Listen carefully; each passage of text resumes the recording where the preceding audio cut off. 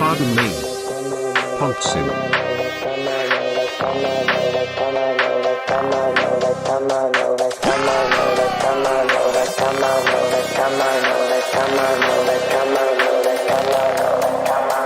Come on over, cut some shapes, get it right up in my space and shake it. Just shake it. Dance a little, move some more, push it back down to the floor and shake it. Just shake it. Looking deep into my eyes, bend it back and do your best to break it. To break it. Girl, you really look the part, reach right out, you got my heart, now take it. Just take it, take it, take it.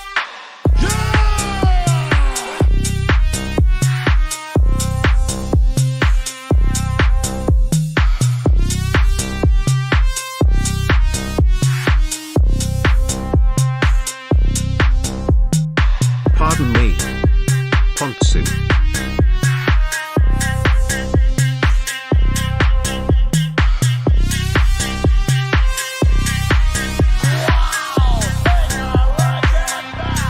First. Come on over, cut some shapes, get it right up in my space and shake it. Just shake it. Dance a little, move some more, push it back down to the floor and shake it. Come over here. Just shake it. Let's get the skies filled so the train and bus are safe. Bend it back and do your best to break it.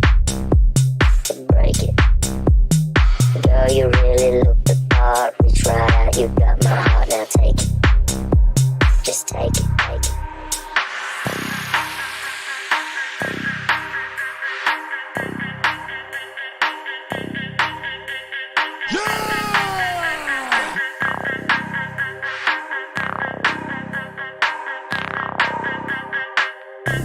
Pardon me.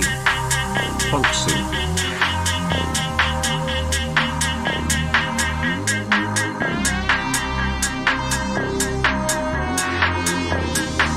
There was a discouraging word, bad start.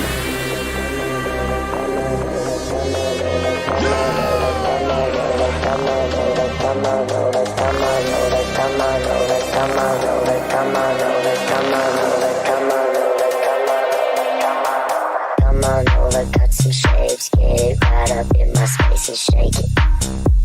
Just shake it. Dance a little, move some more, push it back down to the floor and shake it. Just shake it. Looking deep into my eyes, bend it back and do your best to break it. To break it. Girl, you really look the part, reach right out, you got my heart, now take it. Just take it, take it. There was a discouraging word, bad start. Pardon me. Punchin.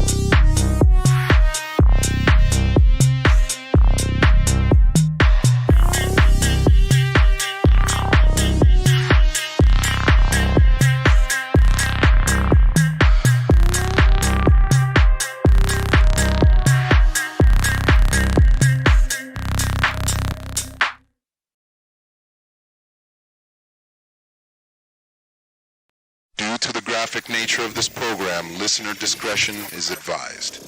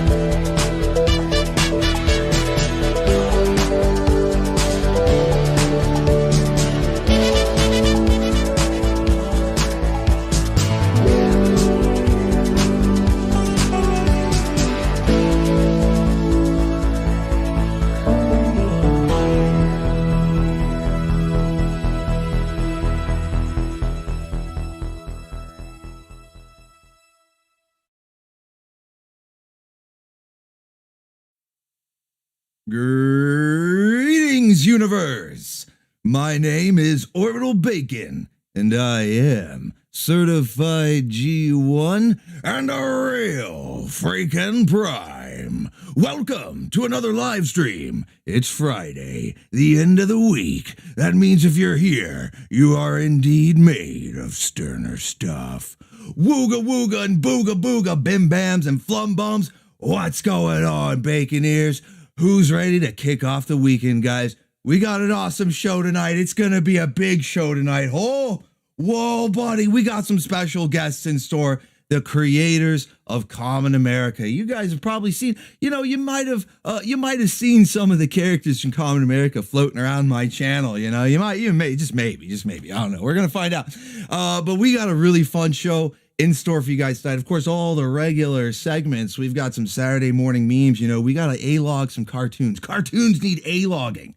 It's going to happen, okay? We got some Saturday morning memes. And then, of course, waifus, they need wrangling. So we got the waifu roundup. That's coming up, too. I've got the Saturday morning preview, let you guys know what's going to be coming on tomorrow morning, or at least a little bit. Not everything. I keep a little bit of surprise there for you. But I'll let you know what the theme is and give you a few previews there. And then a couple of bits of news. And then, like I said, guys, big guest tonight. Mark Pellegrini, Timothy Lim, the creators of Kamen America, man. Well, like one of my favorite, if not my favorite, it's probably my favorite comic. I don't really read any other comics, so it's just by default.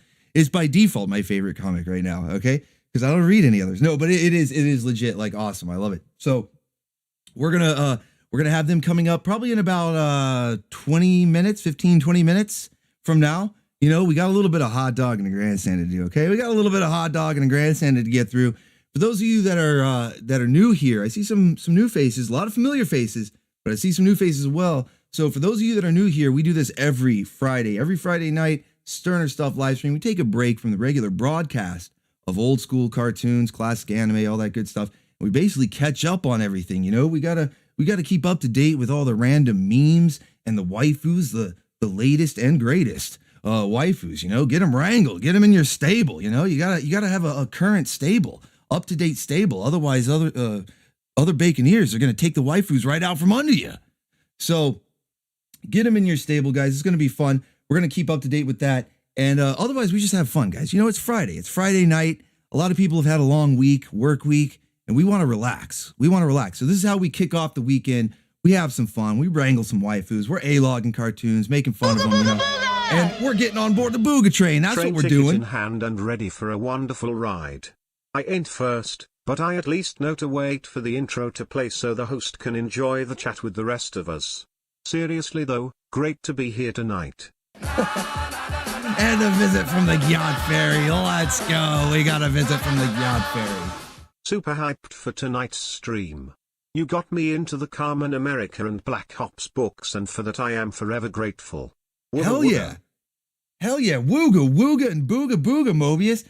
I didn't know I got you into those. I'm always spreading the word, spreading the good word of Kamen America. So if I did, that's awesome, man. That's awesome. Thank you. And then Crossfire, getting a ticket to ride on board the BOOGA train. Let's see if we can get that BOOGA train leaving the station. We need to get it off the rails there. Train ticket in hand. Hey, we got another visit from the Gyat Fairy. I don't mind the visits from the Gyat Fairy, though. I won't complain. It can't be hot dogging or grandstanding without a visit from the Gyat Fairy. Facts. Those are facts right there. Can't deny that. Thank you, Tavern's Pull, with another visit from the Gyat Fairy. I love that. Maybe that'll be the new thing. We need the Gyat Fairy train. Just train full of Gyat Fairies there. Sounds good to me. There we go. Alex Shaw, ticket to ride. Let's go. Let's get that BOOGA train rolling out the station. Let's go, guys. You know what? I do have a lot of pinups. A lot. Not from one, not two, not three, but 4 different artists have contributed to the pinup meters tonight, guys. We got a lot for you. It's really some spicy stuff too from Master Kraken. He's been keeping it like at a consistently spicy level. I don't know. It's he's zooking out. I'm not complaining.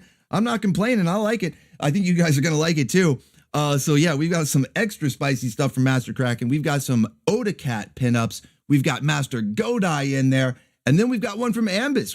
We've seen a few. We've seen a few from Ambus before. Queen Topaz from Ultra Force. He did Shiva from Mortal Kombat. That was a really popular one. So get ready to zook out, guys, because there's going to be a lot of awesome pinups. We got a lot of fun. It's going to be a big show. It's going to be a big show. Hope you guys are here. Let's see who's in the chat. Put some bacon up if you want to shout out. I'm going to give you guys a shout out before we get going. Put some bacon up in the chat if you want to shout out. That's what I'll see your name. I'll see your name. Let's go. We got Crossfire fueling up the Cross Bus, getting it ready to drive. Don't forget the bus tickets as well, boys. Let's get the thigh waifus representing tonight. Oh, we're going to see plenty of thighs tonight. Don't you worry. Spice or not, love the art all the same. Oh, thank you, Alex. Thank you, Alex Shaw. You know, I try to give a variety. I try to have some non-spicy, medium spicy, and extra spicy. You know, I try to give like a little variety. We ramp it up as we go along. I appreciate that. And you're getting those winged waifus ready for takeoff, man. We're going to go to the waifu zone. I think we're getting there. We're also fueling up the thrust bus. We got the BOOGA train. Let me give some shouts out. I'm seeing Bacon starting to fill up the chat here. I see Bioshock Superman, Ron McChaos, Michael Rusum, No Name OVA. What's going on? Kaiser Soze. Lots of channel members here. Green Raptor, thank you Is for it that. as spicy as my burrito tonight? I think more so, man. I'm gonna take a wager. I'm gonna take a go out on a limb there and say that it is. Yes. I see Silent Protagonist. What's going on? Darth Zed is rocking the Gyat. We can't forget our favorite double agent. Oh no, we're gonna talk about our favorite double agent tonight. Don't you worry. Baroness was rocking the Gyat all week long, man. All week. We had her on Saturday. We had her on Thursday. She doesn't stop. She doesn't stop rocking the Gyat, and that's why we love her. All right. From Cheese Factory Records, the P-Twins drop their debut album, Catgirl Supremacy, featuring the hit Gyat, Mo Problems and the Buster Wank collab eating the cats.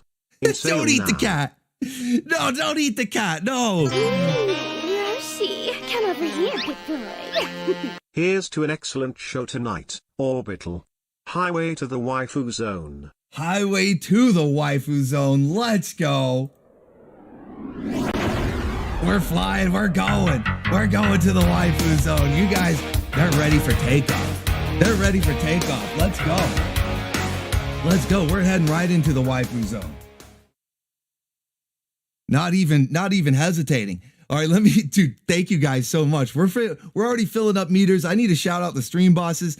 Let me continue these shouts out here, and then we'll get going, man.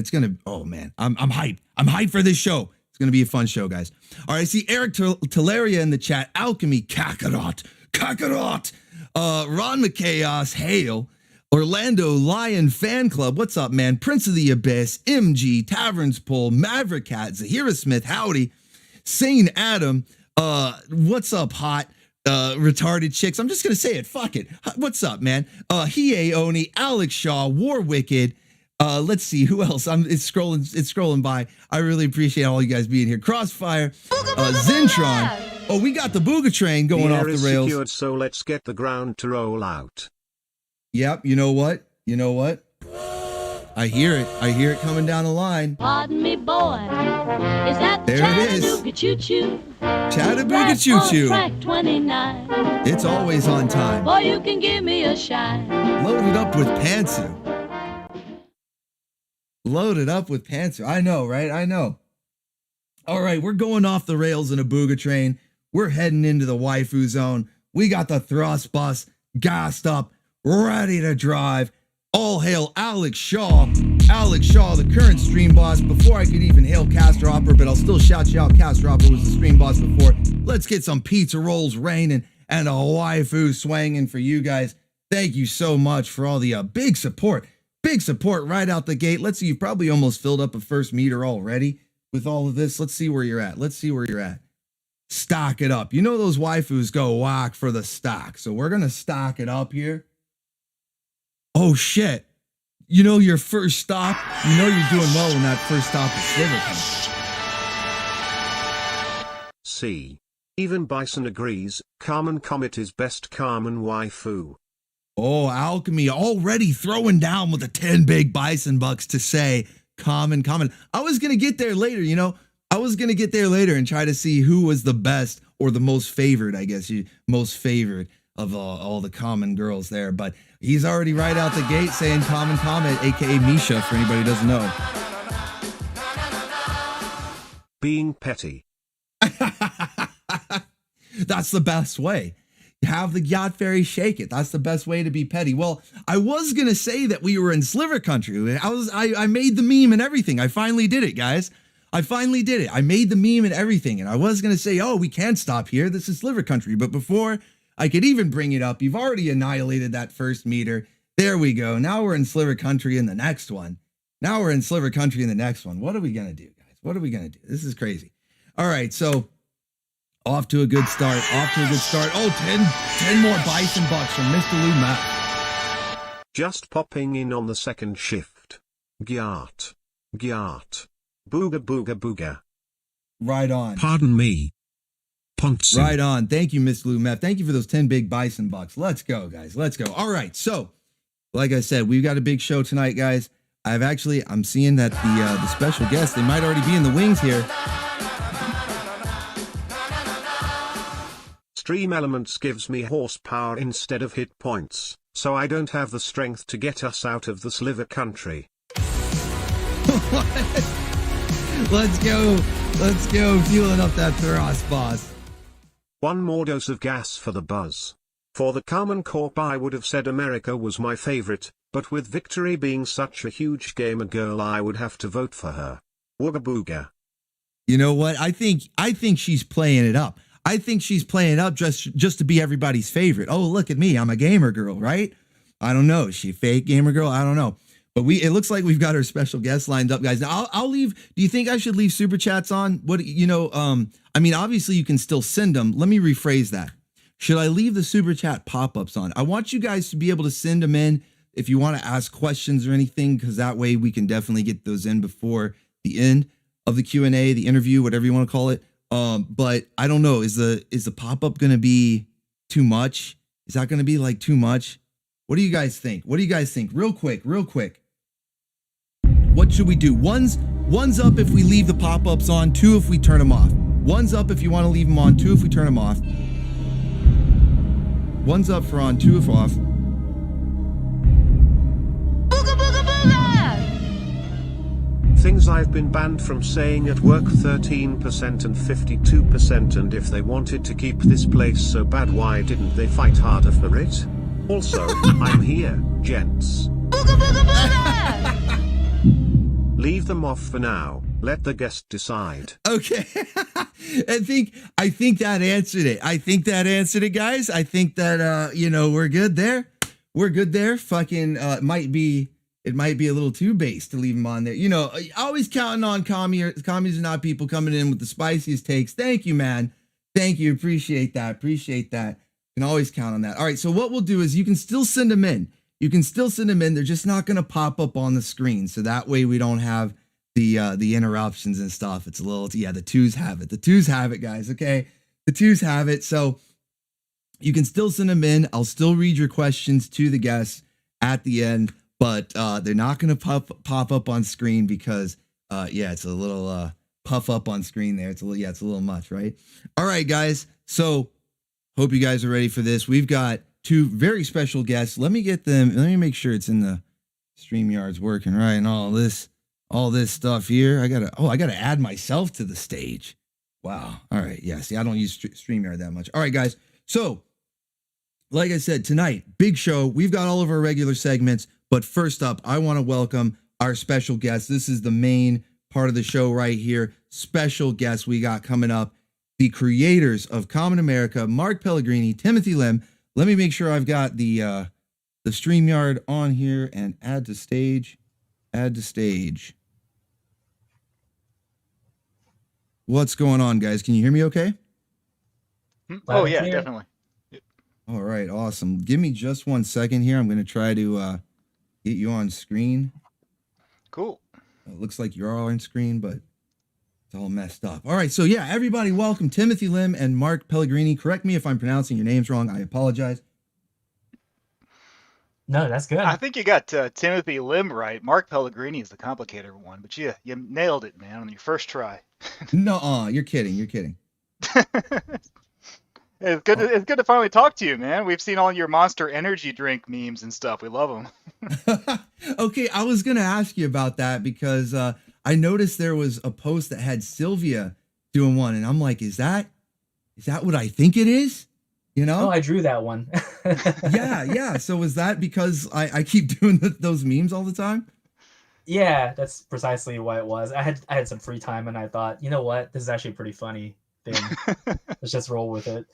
I feel honored, man. I couldn't believe that. I was like doing a double take when I saw that. I couldn't believe that's what that was. What was the origin of that? Like, what made you decide to be like, you know what, let's just celebrate every Friday. Here you go. I know part of it's that whole Kyle thing, you know, like it's been a long running meme, but I guess I'm gonna ask you the questions now. So take us through the origin of that meme. All right, who's doing the interview here? No.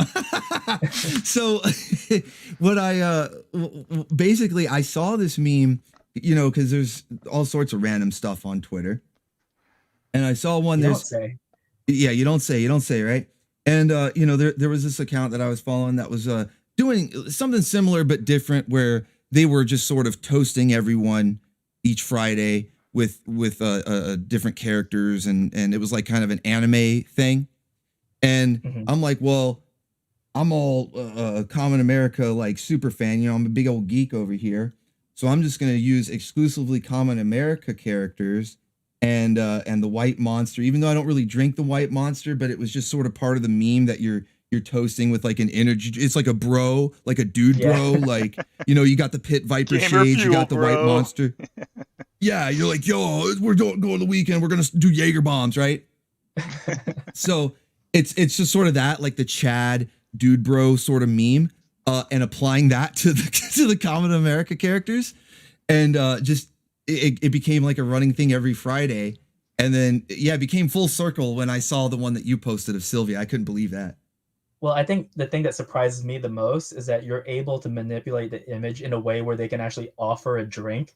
I was like, do I actually draw so many poses where people are in that position? Like, you got that Pat Lee thing going on where he's like putting the hand out, you know, like towards the viewer, but you just change the hand, so he's like offering you a drink. Yeah. Well, and I always thought that it made a lot of sense because none of the I take that back. One of the characters has been depicted consuming alcohol, but for the most part, none of the characters are shown doing that. So in a way, like Monster Energy drinks that are, you know, that's kind of like, oh, that's still very much in the same vein of their character, I guess. So I think that's why people like it. Is they're like, yeah, man, let's celebrate with the girls. Yeah, you know, it's you guys probably know the power of marketing with cute anime girls. You know, it works, right? So. Oh yeah, absolutely. Yeah, so it was just sort of like that. Like it was a nice way to sort of toast everyone to the weekend and actually get attention to the post at the same time, while also being a nerd and sharing something that I'm into. So it was like a it kind of got me thinking. I gotta Google something though. Like, do women get kidney stones? Do kidney stones bother women? I'm gonna have to Google that. Oh yeah, women can get kidney stones. They do. Yeah. Do they bother them though? Like they bother men though? I'm gonna have to. I'm pretty sure. I'm pretty sure it bothers. No one likes kidney stones. No, I don't know. That's one of the biggest comments that I get on those posts is no thank you, I don't want the kidney stones, right? It's that really funny. It was another meme. It's an older one, maybe 3-4 years ago, but it's a drawing of like a Monster Energy girl, like a sales girl, and she's like, hey kid, come here, you want to get kidney stones? She's offering him like a free Monster Energy drink. To be frank though, I do drink the coffee flavored ones. They're great. I think they're wonderful. Yeah. There's this other one. I get this Bang Energy drink that's like a different brand, and it's supposed to have less of the bad stuff in it. I don't know. It's probably all bad. Yeah, I'm pretty sure none of it's good for us, but I mean, if it looks like the mutagen from Ninja Turtles, it's probably bad for you. You know, right. That's what those drinks look like. They do. They're like neon green, toxic green. Right. I mean, I make a compromise with myself. I only drink Monster Energy drinks when I have to go on a road trip with Tim to like Texas for one of our shows or something. But like throughout any other time, I don't drink those things because, man, I don't. I'm too old. I don't need that stuff. But yeah, I don't need toxic waste. Right. I don't think anybody does. I do drink the energy drinks before the stream so I can be zooking out. I can be zooking out, hyped up, ready to go for these live streams for the bacon ears here. But other than that, I stay off them. So, but that's that's the origin of that meme. Pretty wild, pretty funny stuff. But hey, I need to ask you some questions here. Who's doing the interview here, guys? Wait just a minute. That's right. I wanted to talk about drinks, but okay. Yeah, hold on just a minute. No, no, I really appreciate you guys coming on. So, just so to catch everybody up, because welcome everybody. I do see a lot of new faces there in the chat. We're doing well here. Shouts out to everybody in the chat. This is Mark and Tim, and they did you guys created Kamen America, but she didn't necessarily start out as Kamen America, right? No, she didn't. And I'm guessing that you know her backstory. I do. I know it a bit. I know she started out as Warhen, which was more of a you were taking jabs, taking shots at Carol Danvers. Carly is her name. Carol Danvers, Ms. Marvel, right? Yeah, so essentially she was a parody character that appeared in our political satire Wollmite series. And there was one, they used to do it on Twitter. I think they still do it on Facebook. But that particular year, they did this thing where kind of at random, they would be like, hey, do you want to see what your most popular tweet that year was? And Mark and I just so happened to be traveling. We were going to, somewhere in Florida. And the tweet that was the most popular was when we showed the character design for Warhen. And up until that point, neither Mark nor I had any desire at all to create any comic that was female-centric. But I mean, it was an overwhelming number of people who were like, whoa, this character looks cool. We actually like her design and everything. And so I had pitched to Mark. And at that time, Mark had not been watching anime, whereas I had. I kind of gave up on a lot of Western media until our mutual friend was like, Tim, don't give up on everything. I mean, there's some good stuff out there. Anime and manga are really good. And so around that time, I started watching and reading that stuff. But I had pitched to Mark. I said, what do you think about taking that character and having a spinoff with her on her own? And basically Mark and I agreed. It's like, well, I need to do some research because we have to know how to write female characters as leads and whatnot. And I said, well, I don't think that's gonna be a problem because I've been watching and reading a lot of this stuff where I feel like the Japanese get it. Like they understand how to write these characters in a way that's not annoying or preachy or self-serving. And so that's essentially how the character started. But a lot of people don't know that secret backstory because they're only familiar with the first volume and they don't realize her origins before that. Yeah, that she showed up in Wollmite where you guys actually predicted the future. Did you know that? We did. We've done that a couple of times. It's kind of eerie. So the one that I do remember is we had predicted that essentially was it Zendaya? The Ginger genocide? Yeah. Yeah, we were predicting that the Little Mermaid was going to be we had made a joke about her being portrayed by Zendaya. And then when that book came out, that very same week was when they announced that the Little Mermaid actress was going to be African American.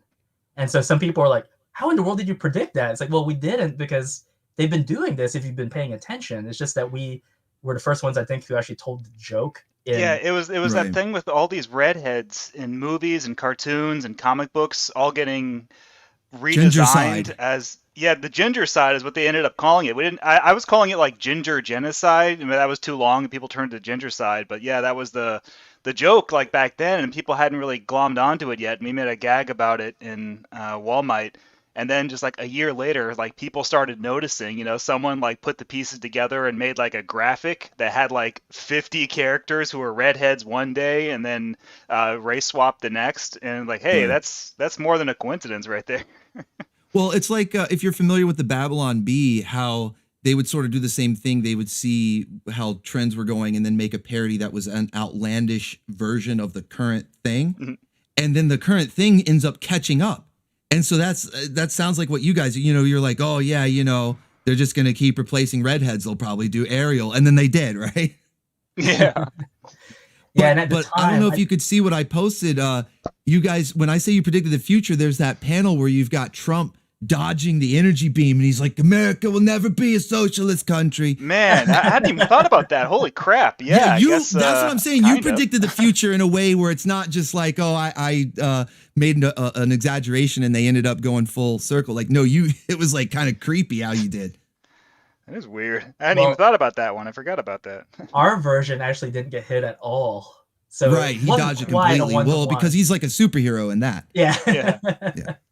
If Tim had drawn it like taking off a part of his ear, then it would be really creepy. Yeah. Well, the real life version I think was a lot more impressive because obviously there's like it's pretty much an iconic photo that everyone knows of now. So. Oh yeah, instantly historic. Like a historic moment. Yeah, a little snapshot in time where you're like, yep, that's gonna. If that doesn't become like the photo of the year, I don't know what. Right.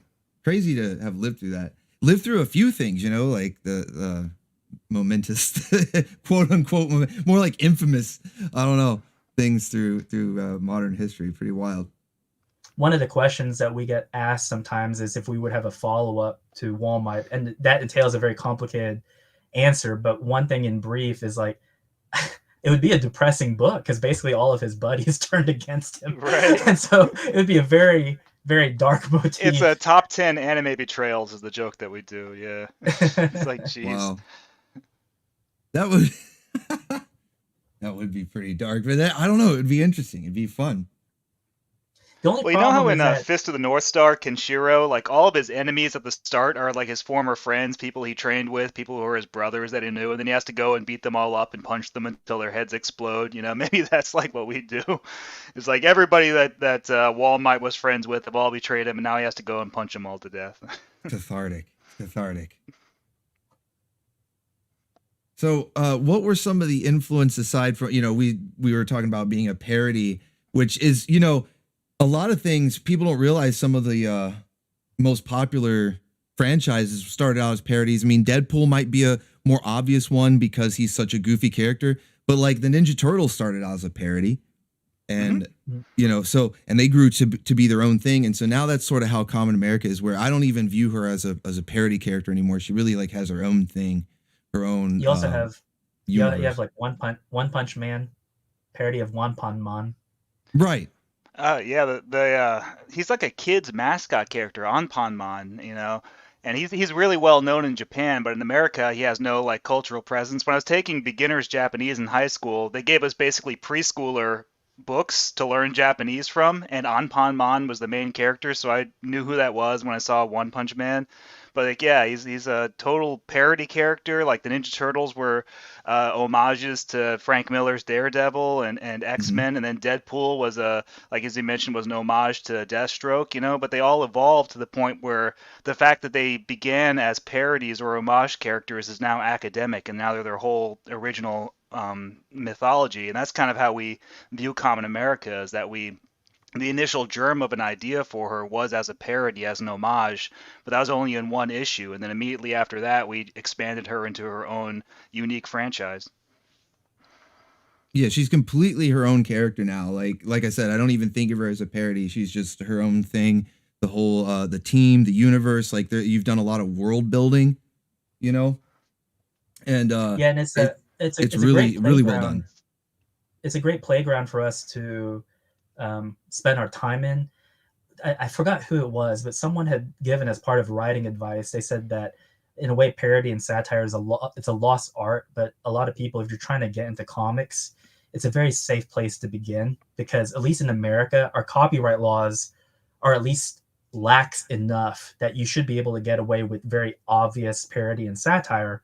And it lets you practice a couple of things, like, practice how to write comedy, which can be difficult because, again, some things are funny to some people, some things aren't, but it lets you take a pre-established character and just twist it enough so that you're able to write kind of a over-exaggerated version, facsimile of that character. And that's something that Mark and I both had in common in terms of our mutual tastes. Was growing up, for example, I remember on Saturday Night Live, I don't remember the skits, but I remember like the cartoons, like the ex-presidents. And I remember thinking like, oh my gosh, that's the funniest thing, because it's the presidents, except they're superheroes. And then later on, you had shows like Dexter's Lab, where you had characters like Major Glory, who was obviously a parody of Captain America. And so over time, you're able to kind of see, well, this is kind of funny because they're taking something that and is readily known to most audiences, and you can kind of see how they twist a character enough so that they're unique on their own, but they're able to get these kind of small references in there that harken back to the other character. And so with Common America, there's a lot of those little tiny references in there, but when you piece it all together, it forms a completely new and unique world that's completely different. And so what you're saying is correct. Like sometimes we'll get pushback and people are like, don't you know that is a parody of Carol Vander's? It's like, yeah, no kidding. Like, that's obvious if you've read only the beginning. If you're up until now, you know it's a completely different character that's removed herself from the orbit of parody and satire, much as, like you said, in the same way, Deadpool pretty much bears no resemblance anymore to Slade Wilson, other than the fact that their names sound very similar to each other. Right. Yeah, he's a completely different. And for anybody who's familiar with that character would know that he started out, he was all serious. And he didn't start out breaking the fourth wall and all joking stuff. He was all like a serious, meant to be an assassin, like a take on Deathstroke from DC. Right. As you mentioned, Slade Wilson. Yeah. So it's like when you grow into your own thing like that, it's really cool because now, like you said, you have a playground. You can do whatever you want, And I feel like also I wanted to mention because you said you'll draw inspiration from stuff.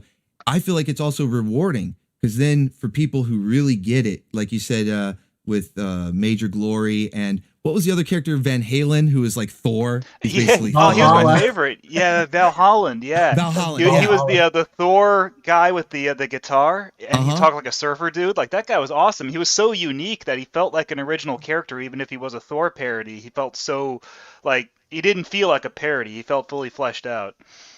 But they still had like little nods to Thor, so like the more you knew, you'd pick up on things, and it's like very rewarding.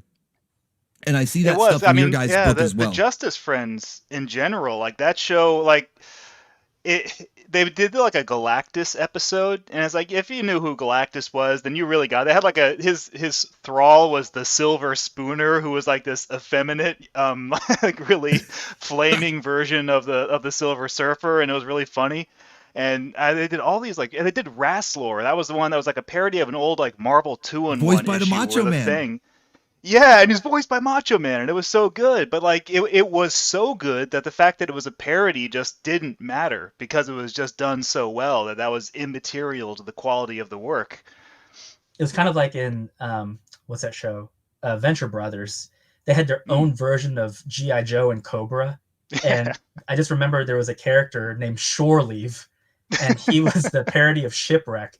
But it's again one of those things where it's like if you're maybe like a Redditor and you're just like you're just pushing your glasses up and being like, actually you do know that is just a parody and satire of G.I. Joe. It's like you're missing the point. Like watch it. It is intentionally that way, but it's deviated enough that it turns into its own thing. And that's where the humor comes from, is in a way you're drawing from this mutual awareness of the original property and twisting it just enough so that it's a completely different thing where it's not just a facsimile of its progenitor. Oh yeah, Venture Brothers is like the best example of that because when it started, it was a parody of like Johnny Quest, and they even had cameos from like Race Bannon. Like the actual Hanna-Barbera character Race Bannon showed up in the show, and then like 2 seasons in, they decided to just go in their own direction, and they stopped. When they had like cameo characters from Johnny Quest, they became like Dr. Z and Action Johnny. Like they're trying to kind of like move away from the parody aspect, and Venture Brothers is now its whole totally unique thing that you don't even think of it as a parody anymore. And yeah, I guess we've been going on about that for a bit too long, but that's the idea. There's so many examples out there that when people say, like they try to bring us down and say like, oh, Common America just started out as a parody of Captain Marvel, Ms. Marvel. Like, yeah, for one issue, and then after that we just developed her into something totally unique. Read more than one issue, you might like it, please. Yeah, and when you look at where it is now with the Academy arc, I mean, that's so far removed from anything Marvel's doing really at all. And one thing I have an image up on screen and I wanted to point out just on the topic of Easter eggs and little things like that, where it's not really affecting the story or anything. It's just window dressing. But Sylvia's outfit is Captain N from Captain and the Game Master, right? I think you're the only one who's noticed that. You're kidding. I don't think anyone. Yeah, I don't think anyone has caught on to that yet. There's actually a lot of Easter eggs that people have not picked up on.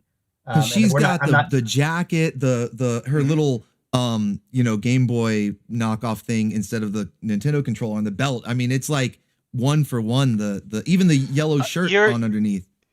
So you're the first person, at least who's talked to me, who we created. So Sylvia, because she's the only one who doesn't have inherent powers like the rest of the Common Core, she has to have her armor and she has to transform that way. She has a henshin device like a Kamen Rider. And a lot of people think that we put the henshin device on her belt because Kamen Riders traditionally have belts. And that was part of it. But for me, the reason I put it on her belt was because of Captain N, who had the NES controller on his belt. And Sylvia has this sort of like... Yeah, she has this off-brand, it looks kind of like a Game Boy Advance or a Game Gear, because legally we made it different, we made it look different on purpose. But she wears her little, like, gamer console on her belt as a reference to both Kamen Rider and Captain N, and that was the joint homage there. That's awesome. Yeah, it's a Gear Boy Advance. I think we call it a Frentendo glitch. I like that. But no, I mean, because it obviously does work as a Kamen Rider reference, and I do see why people, especially with the name and everything, why they would go to that. But no, I immediately recognized Captain N because of the jacket, the shirt, and also the placement of the belt. I didn't really even think Kamen Rider. I actually just went Captain N. But that's because I do. I don't know if you guys looked at the channel at all, but I basically specialize in Saturday morning cartoons right now. Oh yeah. And so we love Captain N. We have the whole thing. We call them Saturday morning waifus. It's like a wrestling league. SMW. Our Saturday morning waifus. And Princess Lana from Captain N, she's a top waifu around here, guys. She's a top waifu. So Captain N, my opinion on Captain N is that anybody who says they don't like it is watching it wrong. That's right. Because it is so funny, especially if you know the games. The fact that it's so different in this weird mutilation of the source material, that's what makes it so fun to watch now. Like back in 1987, we didn't know any better, and knowing now how different Final Fantasy and Castlevania and Kid Icarus and all that are Mega Man. It's funnier now knowing that context. There's Mega Man with his little there's no wrong voice. way to watch it. Yeah. The funny thing about all of that, though, is did you ever read the Captain N comics by Valiant? Yeah, Samus is in them. Samus is in there, and she's accurate. Like she's the one character where she looks like her, talks like her, kind of acts like her, even though she's like madly in love with Kevin, for whatever reason. Other than that kind of love triangle between her and Lana, she's actually written pretty similarly to how most people know her in her modern incarnation. But for the most part, like what Mark was saying, all the other characters are just like mutated, kind of bastardized versions. But that was kind of the appeal. One thing that we used to think it was an unpopular opinion until we found out that a lot of people apparently thought the same way. It's like the Super Mario Brothers movie, the live action one with Bob Hoskins. I actually liked it as a kid, and it wasn't because it was accurate. It was because of, well, if you look at the plot of Super Mario Brothers, what the heck? Like, how are you going to adapt this into a movie? And so it's like, I don't know. Let's just instead of a giant lizard, it's Dennis Hopper. It's Dennis Hopper. As a just Dennis Hopper. And then like I wanted to be a fly in the room when they decided to cast like Big Bertha. So it's like, okay, so there's this fish, a giant fish, and it eats Mario. How can we do that? I don't know. Let's cast this big black woman. Let's make her Big Bertha. It's like, put spikes all over her. Right. I think the Mario Brothers movie, the live action one, again, like when I watched it as a kid, obviously I could tell that it was totally different from the games that I was playing, but I enjoyed it because it was just a really good kids movie. But if you watch it now as an adaptation of those games, it is funny as hell. Because like, oh yeah, it's Yoshi, but he's a velociraptor from Jurassic Park. Oh, they got fire flowers, but they're flamethrowers that kill people. Oh, they've got the Karibo's boots that help them jump, but they're these fucking awesome, like, air-powered cyber boots. And oh, they're in like Blade Runner town. It's all this crazy stuff, and it's so funny. Like, I don't understand, like, if anybody can just not enjoy that movie. Yeah, the Goombas with the shrunken heads. Right? Yeah. That's like you guys were saying, it's not really an accurate adaptation at all, but it's a fun movie on its own. So it was so good on its own in that way. I know it was behind the scenes, it was miserable and all that, but to watch it, yeah, like to Bob watch it Hoskins is a broke fun his experience. finger and had to be drunk the whole time. Yeah. Right, I mean, a lot of right. movies were miserable experiences for the people who made them, but for like us on our end as the audience, we have a great time. So. Right, and it was so goofy and so much fun that I kind of forgot that it was a horrible adaptation. You know, when just, you know, Right. purely on looking at it as an adaptation, yeah, it's bad. But I kind of forgot about that because I'm like, well, I'm just having fun on this goofy adventure. You know, it just felt, it was like Goonies or one of the old Indiana Jones movies. It was just like a it's goofy, just a really fun adventure. fun kids movie. If Yeah, you exactly. like change the title to like Fabio and Fabrizio's Adventure in Dinosaur City, you know, and you sold that to a kid, the kid would still have just as much fun with it. Exactly. Like I don't know. I have a lot of movies like that. I was talking. I had a previous guest on here. I don't know if you guys are familiar with Doug TenNapel, the guy who made Earthworm Jim. Oh yeah. I had him yeah, on absolutely. I had him on a previous stream, and we were talking about how the same exact topic where I know a lot of people think the movie's bad and it was bad behind the scenes and all that, but Dune, the original Dune, 1984, David Lynch's one, I love it. Yeah. I love that movie. I don't care if it's bad. You know, it's a guilty pleasure. There's a movie that I don't know what Mark's solid opinion on it is, but it's a movie that's like not well liked, but I enjoy it, and it's G.I. Joe Retaliation, the second one, not the first one, the second one, and it's like it has ninjas, it has Cobra Commander like not taking the mask off and having like a scary voice. It has Zartan pretending to be the president taking over the White House. What's not to love about it, you know? And someone's Yeah, like, Snake well, it's Eyes not... and Storm Shadow and all that. It's Yeah, and they're like, well, it's not a good movie. Well, I didn't say it was a good movie. I just said I liked it. You know, Yeah, it's so just my fun to my watch. metric now is so I watch a lot of horror movies, right? So obviously I have a very different yardstick for quality when it comes to things. And right now at this point in my life, my metric is the movie boring? No. Well, then I guess it's pretty good. It's kind of my attitude. But like movies like G.I. Joe Retaliation, you know, I saw that in the theater and I'm like, oh man, so Snake Eyes gets or Storm Shadow gets brainwashed. He has to go into the mountains and there's a bunch of red ninjas. All that stuff is from the comic. There's the Hard Master up there, except he's played by the guy from the Wu-Tang Clan. I don't know what that was all about, but they've got Firefly and he's got the camo ski mask like he's supposed to. Cobra Commander is wearing his silver chrome mask. They've got his tanks with the elevating cockpit, and it's like everything from the comics and the cartoon and the toy line is in that movie. It's what I would want in a G.I. Joe movie. Like the yardstick is different. People hated Transformers the movie 1986 when it came out and it got like trashed in the reviews, but every kid who saw it back then loved it. So I feel like the same way, like when you go into something like G.I. Joe Retaliation, you know, like, well, is it what you want to see as someone who likes G.I. Joe? Yes. Well, then it's good. It mission accomplished. Yep, I think that's a fair assessment. I think the worst thing a movie or any piece of entertainment, you know, a television show, a movie, anything, the worst thing it could be is boring. Yeah. You know, and so yeah, really, that is a good metric. I think that's a fine metric to use.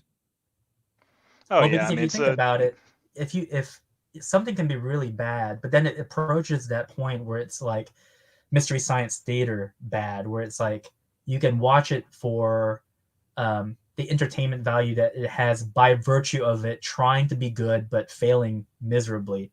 And so we've consumed enough media at this point where it's like the most egregious thing that you can do is waste my time by being boring, essentially. And so that's that's kind of, maybe it's because we're older, but it's like, man, we've kind of seen it all. So you really need to show us something that we either didn't expect or something that will at least make it worth our while.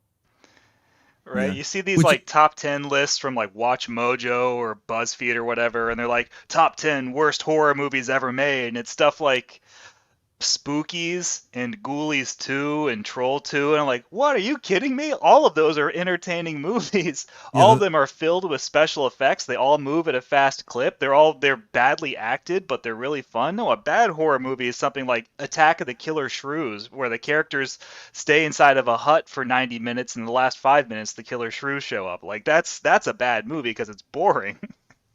they probably don't even know about it though, because you know those channels, they Yeah. just we'll just pick whatever everybody knows about. They did a Slap Google it on. search, yeah. Yeah, Google search, exactly. They just we'll slap it on there. You got to write 5 articles in one day. Yeah, that's you're gonna write like surface level crap like that. It is, yeah, it is a bunch of crap though. But no, that's why I enjoy the work that you guys do, because it's anything but boring. It's anything but boring. It's like very entertaining. And so we were talking about like the Easter eggs and stuff. And it's kind of funny. We already touched on some of the stuff I was going to ask you, because you brought it up, like with the Sylvia, Friday meme and things like that. So one other Easter egg, while we're still on that topic, it's like one thing, because I've noticed a lot of them, is Transformers related Easter eggs. I think we have one in every single volume, if I'm not mistaken. I keep finding them. Like, I probably haven't found them all. It's like, where's Waldo? They're hiding. They're Easter eggs hidden in there. I saw disguise. Perceptor as a camera. Man, yeah. Yeah, I found that About one. I found Optimus. I got one on screen right now of the trucks, the ramen trucks that look like Optimus. Yeah. And then there was one Some of that them Tim, you actually pointed out to me, because I had made a post. This was like a year or two ago on Twitter, and I made a post, and when I found Perceptor, and you responded and you showed Ironhide. I never even seen that one before. That was one I had missed. Yeah, we love Transformers. Funny story is that one of the reasons Mark and I met was we were doing reviews for a website that went defunct in the early 2000s. But one thing that he and I had a mutual love of was Transformers. And so when I got this job working for a merchandising company out of LA, part of the reason I got hired was because they had a lot of female fashion designers, but they needed someone who was a male to work on some of the properties that involved drawing complex things like robots. And so one of the first tasks they gave me was, they said, we would like you to work on our Transformers merchandise, because at that time there weren't a lot of t-shirts and stuff. It was mostly just rebranded stock art that Hasbro had lying around after G1 and G2. So they got Mark and I to come up with a lot of designs and stuff. Our biggest claim to fame was during, when was it? It was a San Diego Comic-Con back in 2012, 2013. It was the Knights of Unicron tour, and it was basically like an alternate world where the Transformers were all rock stars. And so we had to come up with like a tour t-shirt. And so Mark was tasked with coming up with all the tour locations. And so he was allowed to use anywhere that was within the Hasbro universe. So G.I. Joe and Transformers. And the funny thing is that we did that, and that was years ago. And recently, something about Transformers had come up again. And our translator, Suda Pico, she was like, "Did you guys work on that shirt?" I was like, "Yeah, we worked on that almost a decade ago." She's like, "I own that shirt." Like, that's so weird that you guys were the ones who came up with it, because I remember I had to, like, I don't know how she got it. I know she wasn't at San Diego Comic-Con herself, but she must have paid quite a good bit of money to get that shirt imported to Japan.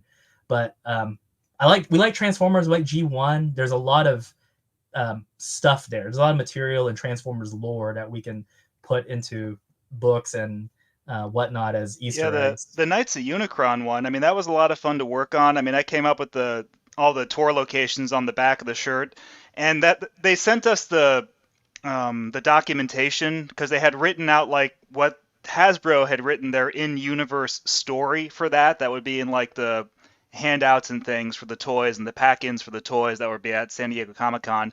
So I had to read that storyline and then come up with the locations, their touring locations, starting on Earth and ending on Cybertron. and like that was a lot of fun. But then also like Tim did these really great parody illustrations of CD covers, and they didn't use all of them, which is really heartbreaking because he did one that got used. It was Meatloaf's Bat Out of Hell, but it was Rat Bat Out of Char, and it was Optimus Prime riding Wreck-Gar like on the Meatloaf cover, and that one was great. They used that one, but the one they didn't use, which was my favorite, was he did Holy Diver by Dio. And it was the character who's covered in chains and in the water, like off the cliff. He did it as Sherman Dam with Megatron, and his mace is the chain around Optimus Prime, who's in the water. And it was great, and they didn't use it, and that broke my heart. Oh, that sounds awesome. Yeah. Were You you have me able looking to for- release that art anywhere, or are you not allowed to? No, I don't think I'm allowed to because we sign NDAs, and so anything we create, they keep in their assets folder. They don't use it at the moment, but they might use it in the future. And so basically it's like, well, shucks, there's nothing I can do. I mean, I have it. It's sitting on one of my drives somewhere. Man, that sounds awesome. That sounds really. I love the idea of old heavy metal album art, being used, crossovers with classic characters like that. I love that stuff. I'm guessing from past conversations, you must be a big Transformers fan. Yeah, it's I have quite the history with Transformers. That's sort of how I started out on YouTube doing like voice impressions and like little stop motion fan films, those little bunch of little projects like that. But I don't know if you guys have been keeping up with it, but man, the franchise and especially the fandom surrounding it has just gone to shit. I'm not gonna even sugarcoat it. Yeah, we know. We don't keep up with. I mean, it's been almost a decade since we've kept up with it. Same here. I lasted a little longer than Tim. I stuck through animated, and I really liked animated. And I watched Prime, and even though Prime wasn't my favorite, I enjoyed that. But then there was this like hard drop off after that where I didn't like what they were doing, so I haven't really kept up with it in the past 5 or 6 years. The funny thing is that the Transformers fandom in Japan is very wholesome and very healthy. Well, that's because Japan is overall wholesome and healthy for the most part. Like I can't see them having toxic Transformer fan or any fans, but man, like they're the best. They basically are have this, the best. Yeah. Societally, they are very polite, and they live by this idea of if you don't like something, you just don't talk about it, and you just let it kind of die off on its own because you're depriving it of oxygen. And so that's just kind of how they treat everything, and that's it's been kind of refreshing. I know that like in America we value our own opinion and we like being able to express that, but I mean it's also taught us kind of like when is it appropriate to fire and when is it appropriate to just not say anything and just let something kind of die off on its own. But I mean, interacting with them has been I think very healthy for us because sometimes there's some days here where you see some jerk on Twitter or on YouTube or whatever and you kind of want to say something, but then you think to yourself like so it's like what would the Japanese do? Like do they want to see me go nuts on this person, or are they like, no, Tim, like sheath your sword? It's like you see someone like they're baiting you, right? They say something really volatile and like, well, I could interact with them and turn this into a fruitless 1,000 reply back and forth that goes nowhere and draws a lot of attention to itself, or I could completely ignore them and no one else will see their tweet or their whatever in the algorithm and they'll go completely ignored. Like, why don't I do that and just let them suffocate in a vacuum? And that tends to be the best way to deal with things. And it is completely fruitless. I went back and forth with these people. I became such a infamous figure, because of the opinions that I had, and I didn't go along with the groupthink, and so I ended up actually having a back and forth with one of the writers on the current show. Well, I don't think it's current anymore. I think it got canceled because it sucks. It was woke trash. But anyway, before that, the writer of the first season that did air, I actually had a back and forth on Twitter, and I honestly, I'm not even trying to be mean. I don't know what it was. I don't know if it was a he or a she. I don't know what it was, but like, they were, part of the Rainbow crew and all that. And they were like, I'm purposely putting this stuff in the show because I think it's good for kids. And I was like, as a kid, I'm not a parent, but like I would say, like, as a concerned parent, like if there are concerned parents out there that don't want this, do you not have any respect for them? Well, no, that it's good. They got to learn it. So just kind of like basically saying, no, I don't care about the parents, and then saying that well, I don't want to go into the whole thing, but it was a fruitless conversation. Just went back and forth, and that's with one of the writers of the show. So I'm like, you know what? If you're not going to get anywhere with them. Any of the fans, they're all sort of like they're sheep, they're all lock and step. Don't even waste your time. I think the healthiest thing that I ever adapted or just adopted for my well-being when it comes to these, like, I call them corpo slop sometimes. No, these like Time Warner, Walt Disney Corporation, whatever, Marvel, DC stuff that franchises you loved as a kid but are owned by a corporation and you have no control over now. You can seethe and you can get mad and you can erupt whenever the corporations change something and do something that you hate and you can't stand. But when you build your entire personality and your lifestyle around a corporate product that you have no control over, then your entire life is basically taken out of your hands and you're going to get mad over things you have no control over. So for something that I used to love, like say Batman, right? My cutoff point, like Batman ends at No Man's Land. That's the end of the series. And for me, that's the finale for Batman. And I love it. That's great. That's the end of Batman for me. For Transformers, I've got G1, I've got Beast Wars, even Beast Machines. That's a nice timeline. I really enjoyed Transformers animated. That's Transformers for me. It's G1, Beast Wars, animated, and that's all I need out of Transformers. That's my finale. And if you give yourself a cutoff point, a hard stop where it's like, oh, that's where the series ended, that's the conclusion, you don't feel obligated to just keep buying issues and keep buying the next installment, keep watching the next episode. I think it benefits your mental health, Yes. No, I wholeheartedly agree. I think it's liberating because you almost end up feeling trapped or addicted. I've tried to wake up some friends because I call them addicted. I call it soy slop. You call it corpse slop. I call it soy slop. Because there's nothing, at least the classic stuff. It's one thing on a surface level to go, well, yeah, the chicks were hotter back then and which, yeah, that's true, but it's beyond that. The heroes were actually heroes. They were something that could be inspirational, that you could look up to, right?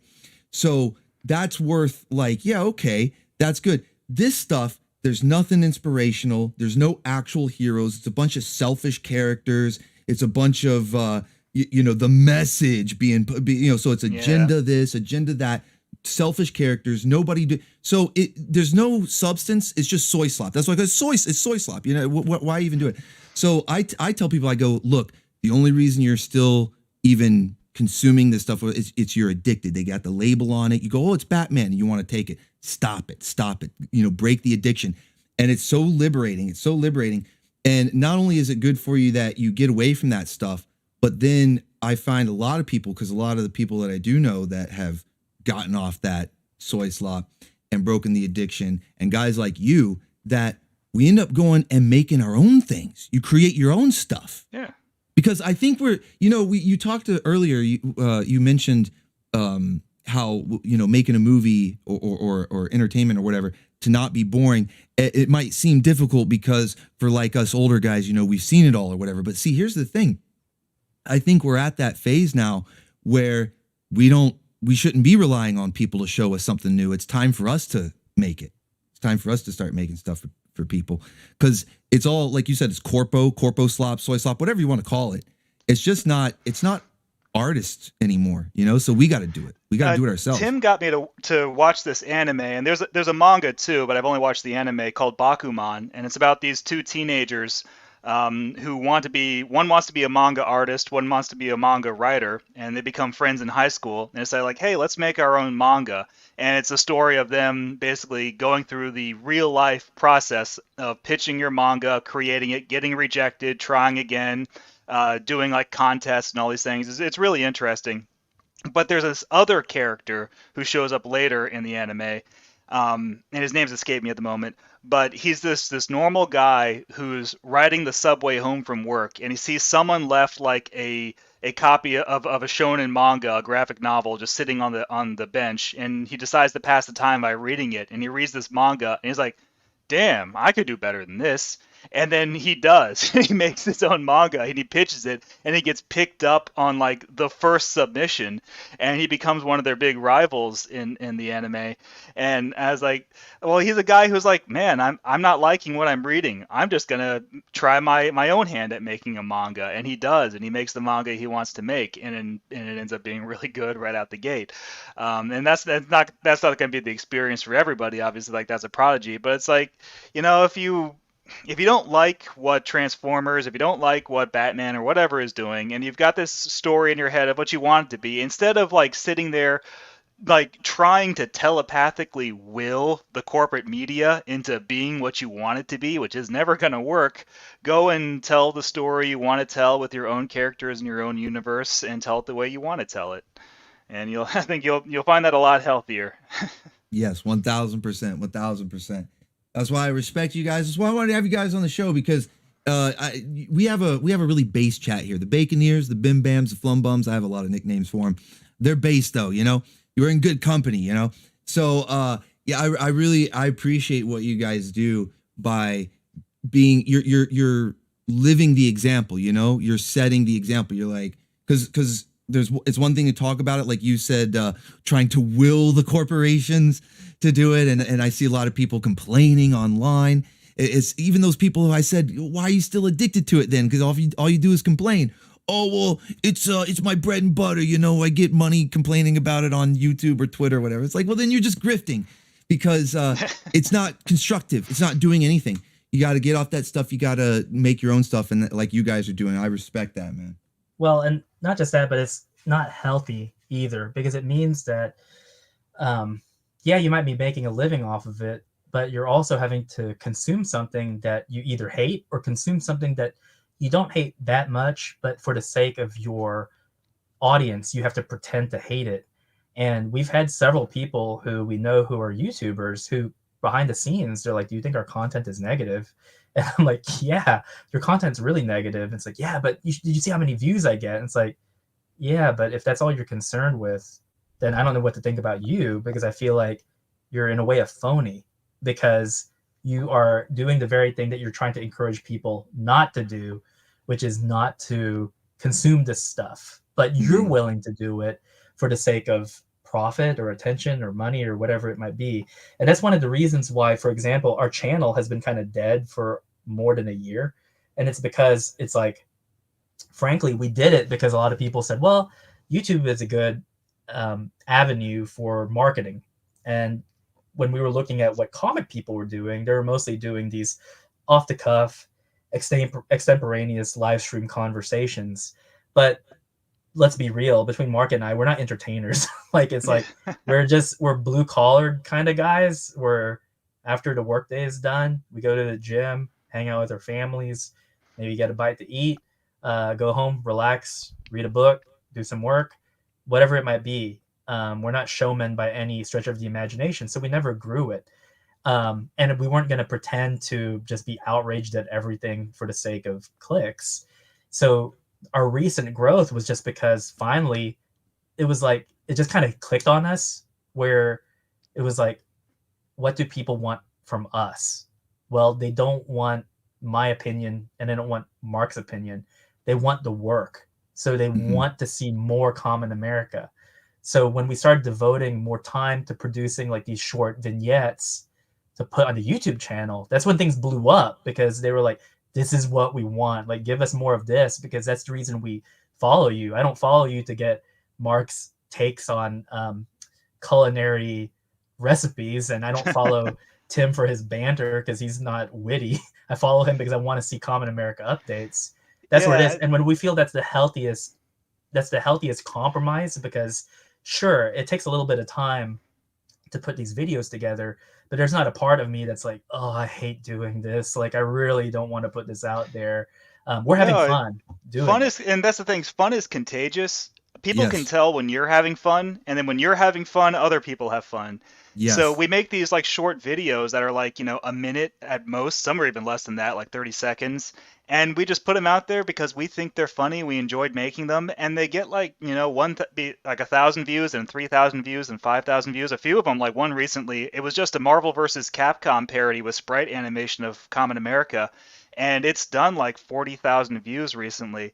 And like we just put that out there for fun, like even with that we don't make any money, like bread tubers, they're some of the most miserable people out there because they have to engage in things that don't make them happy, just to try and earn a living. Whereas like Tim and I have our day jobs. We do Common America on the side. We do the YouTube thing on the side of the side. We just put that stuff out there for fun. And if people dig it, they do. If they don't, they don't. But so far, people have just been digging it because they know that we're having a good time making that stuff. Well, it's like you said, fun is contagious. And I wonder if people don't realize how true that statement is, because like we were saying before, the people that seem to just want to get on the hate train and just, oh yeah, I'll just make my money doing that and be negative and stuff. And it's like, do you not realize how easy it is to do the same thing, but be fun, like have fun, because it's contagious. And, but I don't know, maybe they're just genuinely miserable people. I don't know, because that's like you guys said, like when you're having fun, on the clips that you're putting on YouTube, the book. I mean, the Common America book itself is a lot of fun. It's fun to read. It's fun to get in those characters. It's contagious. My whole channel sort of revolves around that. I started doing the whole Saturday morning cartoons and the classic anime and stuff in these live streams because I was fed up with all the negative. I was kind of like in this circle of friends and watching this stuff on YouTube, like the content that I was kind of surrounded by was just all negative. And it's because, I was a fan of the stuff and I hated seeing it go to the woke shit too, but I was sick of complaining about it. I'm like, can we do something else? So I went back, I'm like, well, like you said, you still have G1 Transformers, you still have Beast Wars. So I'm going back and I'm like, there's all these great classic Saturday morning cartoons people don't even talk about because they just lasted for a blip and they were gone, but there's still a lot of fun. And some of them are really cheesy. We can riff on them, like Mystery Science Theater, And so It's funny. There's more than you'll ever watch in a lifetime. It's like exactly. people complain that like, oh, Star Wars is ruined forever. Like, man, have you read every Star Wars novel, every Star Wars comic book? There's more than you will ever read in a lifetime. If you want classic Star Wars, man, I guarantee you there's 10,000 pages of Dark Horse comics you've never read before, and you can go enjoy that. And I'm pretty sure you've picked up on this with your channel too, but sometimes nostalgia, it's like rose-colored lenses, and it's even funnier when you look back at things that you like, because then when you go back, you're like, man, this really wasn't that good. And it's kind of like it's not a love-hate relationship, but it's like a love-cringe relationship where you're just thinking to yourself like, oh, I remember this episode. It was a great episode. Then you watch it as an adult and you're like, that was the dumbest plot line ever. But in a way, you're able to kind of love on something and comment on it in a very funny way. And so you're able to kind of have your cake and eat it too in that regard. And I think that that's a healthy approach because nostalgia, don't get me wrong, is great. I think everyone goes through it because we all feel like the best of our lives is like in days behind us. But then it's like, you look back at it and it wasn't perfect, but that's also part of the charm that it had, was looking at something with the fresh eyes of like a child and realizing, oh, something is either better or worse than it was. And there's some times too where Mark and I will revisit old media that we hated and be like, hey, that actually wasn't that bad. Spider-Man 3 is the big one that we both kind of had an epiphany on. It's like, hey, after all these other really bad Spider-Man movies, suddenly Spider-Man 3 doesn't seem so bad anymore. Right. A lot of things got that effect. The Star Wars prequels are probably the most infamous that people turn their opinions on. And that's one of those things where I still don't like those films, but on the other hand, I was a lot older when they came out. And so it's not that it's not like I have a newfound appreciation of them. I can see where the appreciation comes from when you're a kid and that's what you grew up with. So it's one of those things where I just don't have an opinion on. It's like, take it or leave it. It does not impact my life at all. Like zero. I just watched those movies once and it's out of sight, out of mind. Don't really pay attention to them. People are free to like or dislike what they like, but that's one of those things that is relatively harmless in terms of Yeah, I mean, pop culture. you know what I didn't go see in the theater, or I didn't see ever? It was the 2016 Ghostbusters. I saw that trailer. It looked bad. It's like, all right, well, I won't go see that movie. And then it just out of my life, out of my narrative. And then sometimes I would see people talk about it, and even to this day, all these 8 years later, still see people talk about it online. It's like, man, like instead of just getting bent out of shape over it, why don't you just ignore it? Like why did you still got Ghostbusters 1, Ghostbusters 2, the real Ghostbusters, Extreme Ghostbusters, the Now comics. You've got plenty of Ghostbusters to enjoy. Yep. You don't have to get bent out of shape because like they made a crappy movie and you can just ignore it. Yeah, it didn't take away from anything that already existed, so we had plenty of stuff. And yeah, same thing. I never saw it, never will. I have a question. Did you, yes or no? Did you like the original Michael Bay Transformers movie, the first one, not any of the ones that came afterwards? So the very first time that I saw the first Michael Bay Transformers movie, it was similar to it was one you were just explaining, where because I was a little older when I saw it, I was just like, man, this is not anything what I was expecting. But it was like, yeah, at least it had some of the voice actors, like Peter Cullen was Optimus Prime. So I remember sort of going along with the crowd and being like, yeah, it was good, but feeling like something was off. And then after the glimmer wore off, it was like, oh yeah, that movie was trash. Now I can watch it in a guilty pleasure way, and that goes for all the Michael Bay Transformer movies. It's like, yeah, they're guilty pleasures because they're all trash. They get worse as they go along. They get longer. It's like the fourth or fifth one is like 3 hours long. And it's like, why, man? Yeah, why? it gets bad. I don't even think I ever finished I think that was the last night. I can't get through it. If that's that really long one, I can't even get through it. I tried twice. I couldn't even finish it. That movie, I was telling Mark that, so when I got my 4K TV, it's actually the most beautiful movie I've seen in 4K, because there's this part at the end where they're flying through either like the remnants of Cybertron. Yeah, I think that's what it is. And it's so clear that you can make out like rivets and stuff. And I'm just like, this movie is so awful, but it is so beautiful at the same time. But I was telling Mark, I was like, I don't even know what to think about that movie because it's so awful. But there are parts in it that I just had to stop watching it because I was dying laughing. There was a scene where there's a robot played by Anthony Hopkins, and it's the size of a human. So it's like C-3PO. But then halfway through the movie, it turns into a sports car. And I had to stop the movie because I was laughing so hard, because I was like, how did this look like in the script? Like, what were the people at Industrial Light and Magic were thinking? Were they like, you're kidding me? We're animating this robot that's the size of like a 5'9" human, and he has to turn into a vehicle that's like 4 times his size. And you're watching this, and when it happens, you're like, no way. That's the craziest thing I've ever seen. But they had already jumped the shark at that point. They had the hood bots, the twins, and then they had that one. It was like a blender that in the kitchen that when he transformed into a robot had a dick. Oh man, that was like that was the second movie. That was the second one. Yeah, they jumped the shark real quick. So no, the reason I brought up that movie though was because I wanted to ask you, regardless of your opinion, have you been on the ride? Oh, at Universal Studios. Yes. Yes, I have. I have been on the Transformers ride at Universal Studios. I love that ride. Like, it's so fun. It's fun. I went like twice when I was there. It was man, fun. Mark and I, we were there the second week after it opened, and we must have ridden that thing 4 times in a row. Because I was like, man, those movies might suck, but dang, this is a good ride. Yeah, I mean, that experience in itself, like the ride is really fun, and then you get out, and they have like this like freaking garage door that looks like it's behind like a Firestone, but then the garage door opens up and this guy in a Megatron costume on stilts comes like stomping out, and the Megatron face has like preloaded audio from Frank Welker doing Megatron voices, and they have enough voice clips in there so it seems like he's interacting with the audience, where he's like, "You over there, small child, is that a churro?" or something like that, and it's like, shit, geez, that is really fun.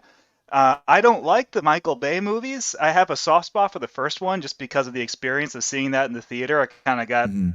my nostalgia goggles on that one, but uh, going to the park and experiencing that, it's like the best thing at Universal Studios Florida, and I think Tim and I both Beetlejuice. agree on it, is Harry Potter. And Oh, Tim and Harry I don't give a Potter. damn about Harry Potter. Never read the books, never watched the movies, but the theming of the Harry Potter land and all of their best rides and their best technology is all clustered there. It is so cool. You don't have to care about Harry Potter to enjoy it. And I feel the same way about like their Transformers ride. Is like you can hate the Michael Bay movies up and down. You're not necessarily wrong, but that ride is fun. Yeah, no, you're right. I think I've seen maybe 1, 2 at the most of those Harry Potter movies, however many there are. I've seen maybe 2 at the most, but I went on that ride like 3 times. Yeah, It was so man, much it's a fun. great ride. Yeah. And Universal has a really good track record of. It used to be Disney. Their Imagineering team was so good that they would revolutionize kind of theme park design. But in recent years, Universal's been really knocking out of the park with some of their rides. Obviously, with Spider-Man, which was revolutionary at the time, and then with the Harry Potter ride, they used the Kuka arm and blended that with whatchamacallit, with the kind of a rotating screen, and that was kind of a mind-blowing experience the first time you went on it. But that's one of those things where it's like I've never seen the movies, never read the books, but I'm pretty sure I probably wouldn't like them just from what I've heard. But credit where credit is due. I mean, that is one of the best examples of theming in parks right now. And I see the kids there having so much fun. You know, it's kind of like, man, I wish I was a 9-year-old who was really into Harry Potter because these kids look like they're having a Oh blast. yeah, it'd be Because blowing your mind, right? yeah, it's like you go to like there's two Universal parks. There's Islands of Adventure and there's Universal Studios, and you have to buy a ticket for both, which is like a ripoff. But there's a one half of the Harry Potter on the Island of Adventure side, and that's where the Hogwarts ride is, right? And that's where the weird like snow-covered village is. But you can take this fake train over to the Universal Studios side where they've got Diagon Alley, and it's this like really immaculately arranged fake city that looks like it's out of whatever Harry Potter London crazy goblin filled world is. And all of it's interactive. You see these little kids all in their Harry Potter robes with their wands, and they run up to these windows and they wave their wands, and the windows do stuff, and they go up, and they're just exploring every nook and cranny of this fake city, and it's just driving them wild because they feel like they're really there. And then there's a really cool Harry Potter ride in there where you go into like the weird goblin bank, and then you ride the goblin roller coaster or whatever that ride's called. I don't know Goblin what it's bank. called. It was fun though. You're not Goblin wrong bank. though. I don't know any of that plot, but yeah, the Goblin Bank with the Goblin bankers, and you're like, oh, hi, That's so Goblin, based. dude. Yeah. Wow. No, but you know what I love about that, as you were describing it, is it's fuel for the imagination. That's like the best part, because you know, talk about being a little kid walking around there, dressed up and interacting with all the stuff. Imagine going back home, your brain would be going in overdrive, you know. And Yeah. not every kid, but you know, there's probably, you know, 1 in 100 is going to go back and probably create their own world. They're going to go back home and they're going to create their own world, and you know, might be something we end up reading about one day, you know.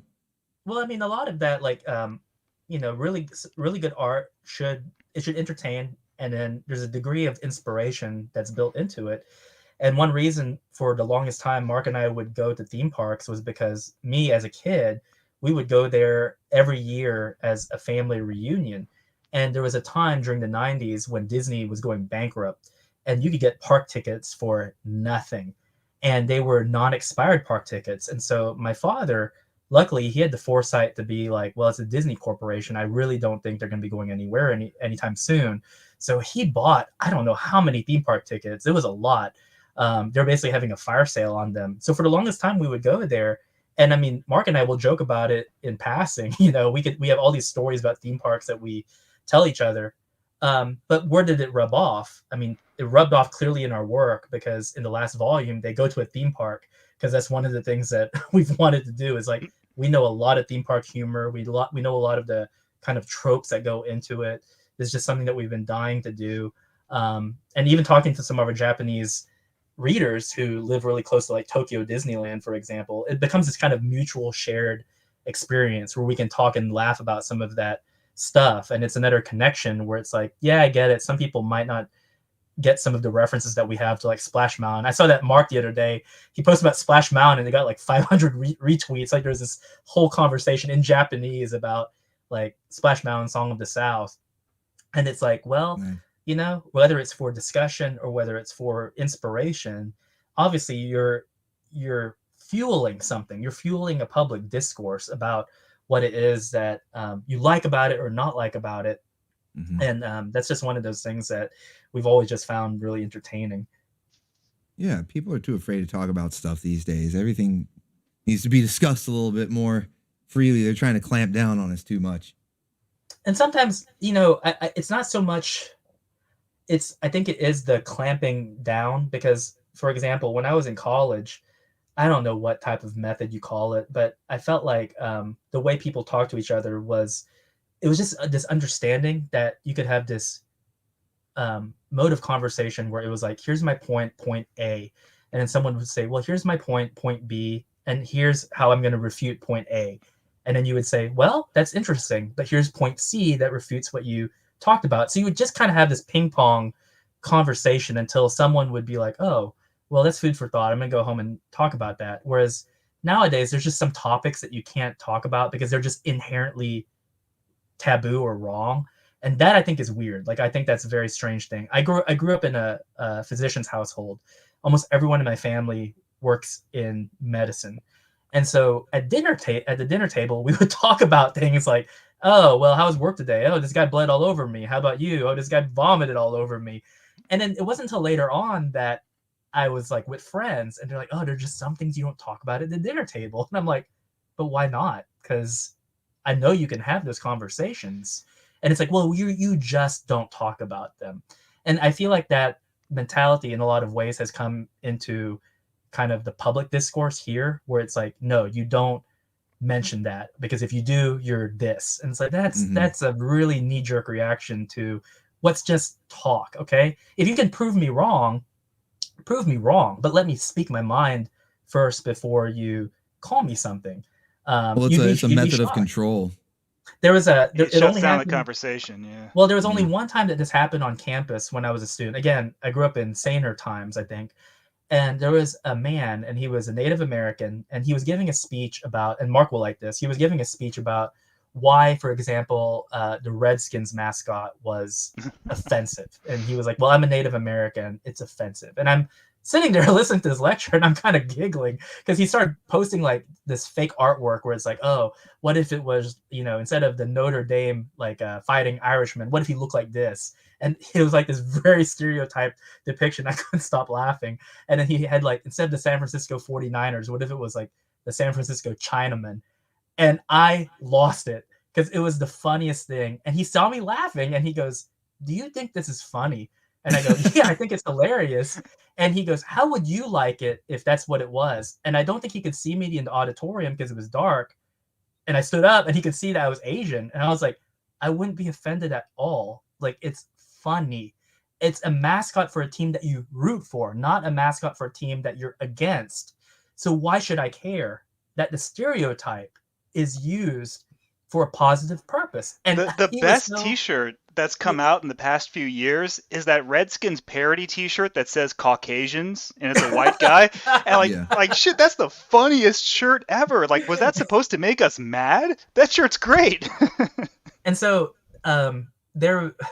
so I think there was a lot of cognitive dissonance on his part because he did not expect that. He'd never encountered that before. This idea of, guess what? Some people have opinions different from yours, and because you're straw manning instead of steel manning your argument, eventually you're going to meet someone who is going to counter you in a way you're not prepared for. And I think that is important. I mean, that's one of the reasons why, like in Common America, even though we don't have we don't beat people over the head with any of the messaging, I feel like that some of the messages in there are intended to at least make you think a little bit and be like, you know what? I like the messaging in here, even though I might not share it, is actually giving me something to think about. I've never thought about it that way. For example, in volume 8, and I showed this letter to Mark, this guy wrote us and he was very angry. because in the end, there's a character that people like who dies because he sacrifices himself for a villain.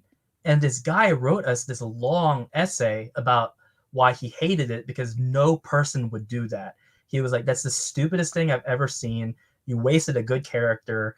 Any sane person would have just left that person to die because they tried to kill them a moment ago. And Mark and I were like, well, here's the thing. That is a good thing because we gave this guy something to think about, even though he walked away not probably swearing off our books forever. Because it's like, for once in his life, have you never thought about that maybe if you give your life for someone else, even someone who hates you, that you actually win because you show the better side of the virtue that they're lacking. But it's also a message for Mark and I where it's like, do we change our message to cater to that reader? And it's like, no, because if we believe that is a heroic virtue, we stick to it. So later on down the line, I'm sure there's going to be things that we write in our books that people might not like, but it's like, hey, if you don't like it because you don't agree with the messaging, at least you read the message because we're not trying to, again, convert anyone by browbeating them or trying to shove it down their throats. But it's a real world where people are going to have opinions that are going to be very different than your own. And maybe it's because a lot of our young people, they're basically taught not to challenge commonly held opinions. Whereas like I think the generation that we grew up in was naturally kind of skeptical and rebellious of what our authority figures were telling us. Yeah, we so were I think all, that against the establishment. Yeah, and it's funny because like I'm not gonna ask your age, but when I was a kid, like Rage Against the Machine was like a big popular band, and then now you hear them being like, man, you're just saying everything the state's telling you. Like now they're telling you to get the facts, right? Yeah. And I was like, ironically, when I was a kid, I was a good boy growing up. I was like honor student, all A student. Parents loved me. I always got along with my parents. But I was like, even I knew there was a line to be drawn where there's a healthy dose of skepticism where you just don't trust people in authority. Like that's just a natural thing that you do. And then here's this band that's supposed to be like this hard line, like, yeah, we're against the machine, we're against the man. And it's like you literally are parroting everything that every major corporation. What's his name? Howard Stern was the same way. He was supposed to be the big rebel, through the 80s and the 90s, and then he's telling you, and he's doing all the parroting points of, whatever the administration's telling you. And part of me feels like I somehow walked into an alternate universe like 15 years ago, and I just feel like I'm a space alien sometimes, because like the stuff that in the early 2000s, when I was getting out of high school and into college, the media that I watched was so raunchy and politically incorrect. Stuff like Drawn Together and OG South Park and Wonder Chosen, and everything was just pushing the boundaries. And maybe it was like that pushed, like the Wonder Chosens and the Drawn Togethers pushed that pendulum too far, and now it's swung back in the other direction, and now we're in this awful clamp down, oppressive scape of media where everything is censored and we all have to watch what we say and walk on eggshells, and that sucks. But it just feels so strange to me because we were all making these like really raunchy, politically incorrect jokes, when I was in college. And everyone was having a good time. It was on mainstream channels and TV shows and movies. And then just now, everything couldn't be more different. And everyone who made those jokes that were popular 20 years ago, now they're all being eviscerated and taken out into the public square and beaten. And it's just like, man, like I'm in a different universe these days. It's not as much fun as it used to be. Yeah. Well, the pendulum is slowly but surely swinging back. It took a while. I knew that it would. I mean, it always goes back and forth. But with the woke stuff, I'm like, man, eventually it's going to swing back. And when it does, it'll be glorious. And finally, you can see it. You can actually see it swinging back. And it's starting to swing a little faster than you might think. Like I said, I mean, my chat, we're full of base bacon ears in here, man. So like, there's a lot of people that are hungry out there for content, entertainment, whatever it may be, that is not censored, that is not held back on a leash. It's all collared and neutered. It's boring. It's boring. It's like, you know what? It goes back to what we said before. It's boring. It's the worst thing you can be. Man.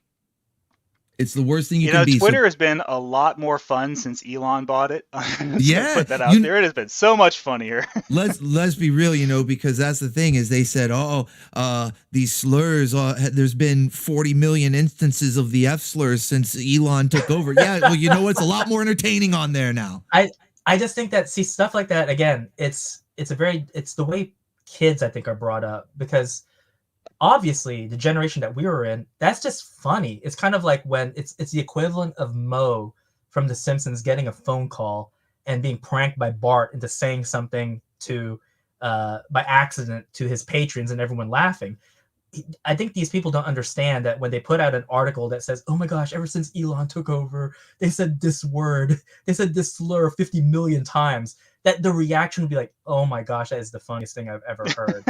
For some reason, they clutch their pearls and they equate that to, oh my gosh, there are all these bigots out there. It's like, no, you don't understand how funny that is. Like the headline on its own, how in the world did this guy not write that and just like buckle over laughing, thinking like, I can't believe I'm writing this article because it's so funny. Like there's no way I can like get that out there. But I think that a lot of it is just that degree of sensitivity that people have. Whereas we just grew up in an era where I think we just had thicker skin. Because, for example, I'm Catholic and I like South Park, but they had an episode where there was a Mary statue that was bleeding. We'll just put it that way. Yeah, I remember that one. Yeah, the funny thing about it is when you ask me, it's like, is that offensive? I'm like, yeah, it's like really offensive. And it's like, yeah, how did you react to it? I said, I just didn't watch it. Yeah, and then I just moved on. Yeah, skip it. Yeah. Who cares? And because the thing is that I don't want to be the guy. You always have to think about when you turn not when you turn the other cheek, when you imagine your neighbor doing the same thing to you that you endorse doing to someone else. How do you like it? So how would I like it if I were to censor that type of humor in favor of something that I like? Sure, it might be beneficial to my personal sensitivities, but I'm not going to like it when someone does that to me for something that I think is funny. So it's kind of like we grew up in a time where it was like the Wild West of humor. Anything goes. If you don't like it, ignore it. Don't complain about it. Move on, and you're going to find something else that you're going to probably think is funny. Whereas nowadays, I think that people are just very sensitive, and they don't want to just ignore something. Everything has to be a cause where you rally against it. And I don't think that, again, I think that what people are learning is that it's fun when you're the one rallying. It's not so fun when the guns are turned on you and people are coming after you for something that you did that you thought was inoffensive. So that's just kind of the position that I think a lot of people just. I mean, my attitude is there are no protected classes when it comes to comedy. Everyone's fair game, and everyone takes a turn, and that's why it should just be funny to everybody. Like, you're sitting there laughing when they're making fun of atheists. You're sitting there laughing when they're making fun of LGBT. Then they make fun of you. You're a Catholic or a Protestant or whatever. It's your turn, and you go, okay, you got me. And then, or you ignore it. And then you go back to laughing when they make fun of whatever. It's like everyone takes a turn when it comes to comedy. You don't want to be like the guy who made The Problem with the Pooh documentary, where he was just totally fine with Cletus and Chief Wiggum and all these stereotypes, Fat Tony, all these other stereotypes. But Apu, because he was Indian, suddenly, that's a line too far. You can't make fun of my people. And that's like, no, man, you just have no sense of humor whatsoever, and you can't take your turn like everybody else. Like, get over yourself. I'll give you an example. They're really sensitive on there. They got really mad. A lot of people are making fun of them on Twitter, man. They shut a lot of accounts down, I've been monitoring that. Rest in peace, Barry. It's been pretty funny to look at. That's really all I'll say about that. Yeah, so I'm not going to go into any detail. I'm just going to say funny. Rest in peace, Barry. Funny. And yeah, it's been hilarious. So there was a joke that Mark and I put in volume 5. So it was in the script, and for a minute there, I think Mark asked me, it's like, if you think we should change it, we'll change it. I was like, it's too funny to it's too funny to take out. We have to leave it in there. So it's a scene in Paris where there's a group of heroes and they're addressing a crowd, and the one guy goes, "Fellow Parisians, we are here to save you." And it cuts to the scene of Paris But in the background, I didn't draw Paris. I drew Istanbul, Turkey. And all the crowd are people wearing like turbans and like hijabs and stuff like that.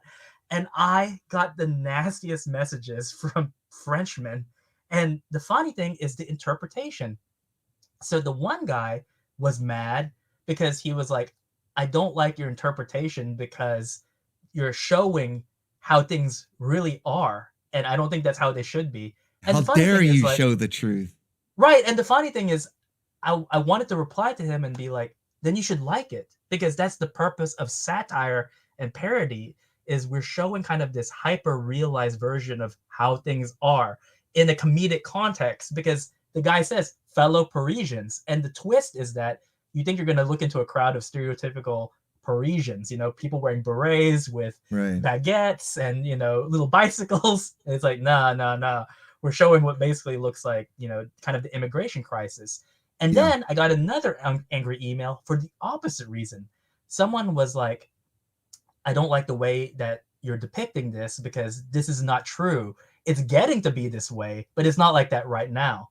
So it was a completely different perspective from the first guy who said, this is how things are right now, but I don't appreciate you showing that. Whereas the second guy said, it's not like that where I live, but it's getting there, and I don't appreciate you mocking that. It was like, no, you should appreciate it because it's a warning. They both need to wake up. They both need to wake the fuck up. But it's one of those things where, again, it's like, guys, it's a joke. Like, it's funny, and obviously it hit its mark because you're aware of the context. No one was confused. We didn't get anyone who said, I don't get it. Why was it that in the Paris scene, it wasn't Paris? It's like all those Springfield, Ohio jokes that are going on right now, where they're trying to like shut them down. It's like, well, are the cats and dogs actually getting eaten in Springfield? Like, yes. But then why can't we make jokes about it? Like, you're not allowed to talk about it. Like, but why? Because people want to stay asleep. Yeah. People want to stay asleep. They need to wake up to what's happening, and they don't want to because it's a pretty harsh pill to swallow. I'm not gonna lie. It was tough. I'm not gonna go into detail. I'm sure you guys know what I'm talking about. But like, you wake up to what's going on. And you go, okay, yeah, no. And so like you were addressing it with humor. With that scene that you were just describing it, and like Mark just mentioned with the cats and the dogs in Springfield, we're trying to address that with humor, and they don't like it. They don't like it when you tried to address the thing in France. They don't like it with even being funny is like too much for these people. We can't live like this, Gotta wake them up. Gotta wake them up. I was talking the other day with someone about the real Ghostbusters, right? Back in the 80s, and there was this group called Q5, and their job was they would get hired by network executives to tell you everything that was wrong with your hit TV show and how to fix it. So when Real Ghostbusters came out, and it won all these Emmys, and it had the highest ratings on ABC, and it was just a huge, colossal hit, the executives were like, all right, now how do we fix it? And that was their first response when they had this hit show. It was like, how do we fix it? So they hired Q5, and Q5 just had all these asinine things where they were like, Ray is too fat. Can you make Ray skinnier? Like, oh, Janine should be more motherly because she's the female character. Also, her glasses are triangular and pointy objects scare children, so you should make her glasses circles. And the executives followed every single instruction that they made on the Real Ghostbusters. We need more Slimer. And more Slimer. Turn it into Slimer in the Real Ghostbusters. Add these segments where Slimer hangs out with the Junior Ghostbusters and does this stupid Tom and Jerry bullcrap with the cat and whatever the hell that was, and those, like, the first half of the Real Ghostbusters is the best half, and the second half, after all those Q5 changes, are pretty much agreed to be the worst half of the series. But it's a case where, but that's kind of how it is now, though. We all look back like, oh man, all those reactionaries in the 80s saying cartoons were too violent and whatever, and putting all this Captain Planet nonsense in our cartoons. Haha, isn't that funny? We can all look back on that and laugh. Like, yeah, but that's what's happening right now, where every single cartoon is being neutered and boiled down and basically given like water wings and a helmet to make it as safe as possible for kids. Right. That's happening from the right get-go, now. From season 1. Which one? What'd you say? I was saying you said that all shows are getting like that, and I'm saying they're like that right out the gate. Like at least Real they don't even have a Ghostbusters had a chance. little bit to be good before they came in and lobotomized it, but these shows right out the gate are just watered down and crap. I know, and it's disappointing. I mean, some of them, it's like they do this thing where it's almost like a time bomb, where you know that they're trying to like ease you into the show before they start like really throwing like some of the, and I will say propaganda or some of the other stuff at you. Like there was a show on Disney Channel where it's like I wanted to give it a chance, and it was called The Ghost and Molly McGee, and I watched the first season of it, and I liked it. And then I went back to season 2, and season 2 felt like a completely different show where they just started throwing in all this, I won't go into it, but political stuff. And I was like, all right, well, dropping it, and just like walked away from it. Like, okay, Disney Channel, I'll give you a chance. Why do I keep giving you chances? But yeah, it's like that where like a show can't even get 13 episodes before, they turn it into stuff like that. And like that's really disappointing, and there's so few American cartoons anymore. Like even like Cartoon Network doesn't produce as many as they used to. Disney Channel hardly produces any anymore. They're too Nickelodeon expensive. barely produces Nicktoons. Yeah, it's too expensive. It's easier to just import stuff. People don't want to watch American cartoons. There's only 3 cable networks these days that make cartoons, and they barely make any of them. Like everything's just anime these days, and I like anime. One, it's because if I want to watch animation, it's kind of my only option. But 2, it's like, they don't have the same inhibitions that we do. So I can watch these shows. They've got the freedom to tell their stories the way they want to. They can do these ridiculous concepts because they have the idea of just seasonal anime, where it's like, yeah, it's just going to be 12 episodes and then it'll be gone forever.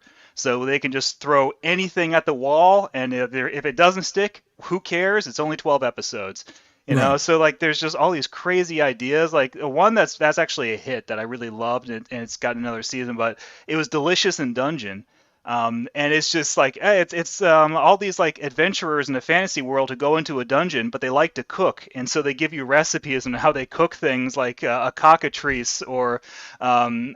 changelings, or yeah, or things like all these like D&D monsters, like how you cook fantasy monsters, and they give you the actual recipe, and like, oh man, this is great. I love this show. It's just right in my wheelhouse. It's so specific that it couldn't possibly have like mass demographic appeal to the entire world to maximize profits, but when it hits you in your wheelhouse and it feels like a show that was made just for you, it's really gratifying. And that's kind of like how it is with a lot of anime that I watch these days. I get that one that just like, oh, that's the one right there. Yeah, because they're fun. They're not boring. They're fun. They're entertaining. And that's what we're really looking for. So I want to as we wind down here, I want to get a few last questions in. And guys, chat. Now's a good time. Send in your super chats if you have any questions for Mark and Tim, because we're hitting the final Q&A here. So send those in. But I wanted to ask you guys. I had a couple questions here. One actually popped up while we were talking because we mentioned Captain N earlier. I'm kind of going way back here. We were talking about Sylvia wearing the Captain N outfit. And I don't know if you can't tell me, if it's a surprise, whatever, I don't know. But is there a possibility that we'll see one of the Common America ladies dressed as Princess Lana in the future ever? Believe it or not, there was someone who was supposed to be dressed as Princess Lana in Common Academy, but Mark, I don't think I've ever told him this. Mark's script called for a specific costume. And so I never told him that, well, okay, we're going to change it then because I think yours is probably more apropos. So in Common Academy, when they rescue Kimiko from the dungeon, her original costume was going to be Lana. And Mark wanted her to be dressed as a character from Secret of Mana. Yeah. And I think it's because it's a water character. So to answer your question, yes, there was an intent. Will it happen again? Maybe, because it was an idea that I shelved in the back of my mind.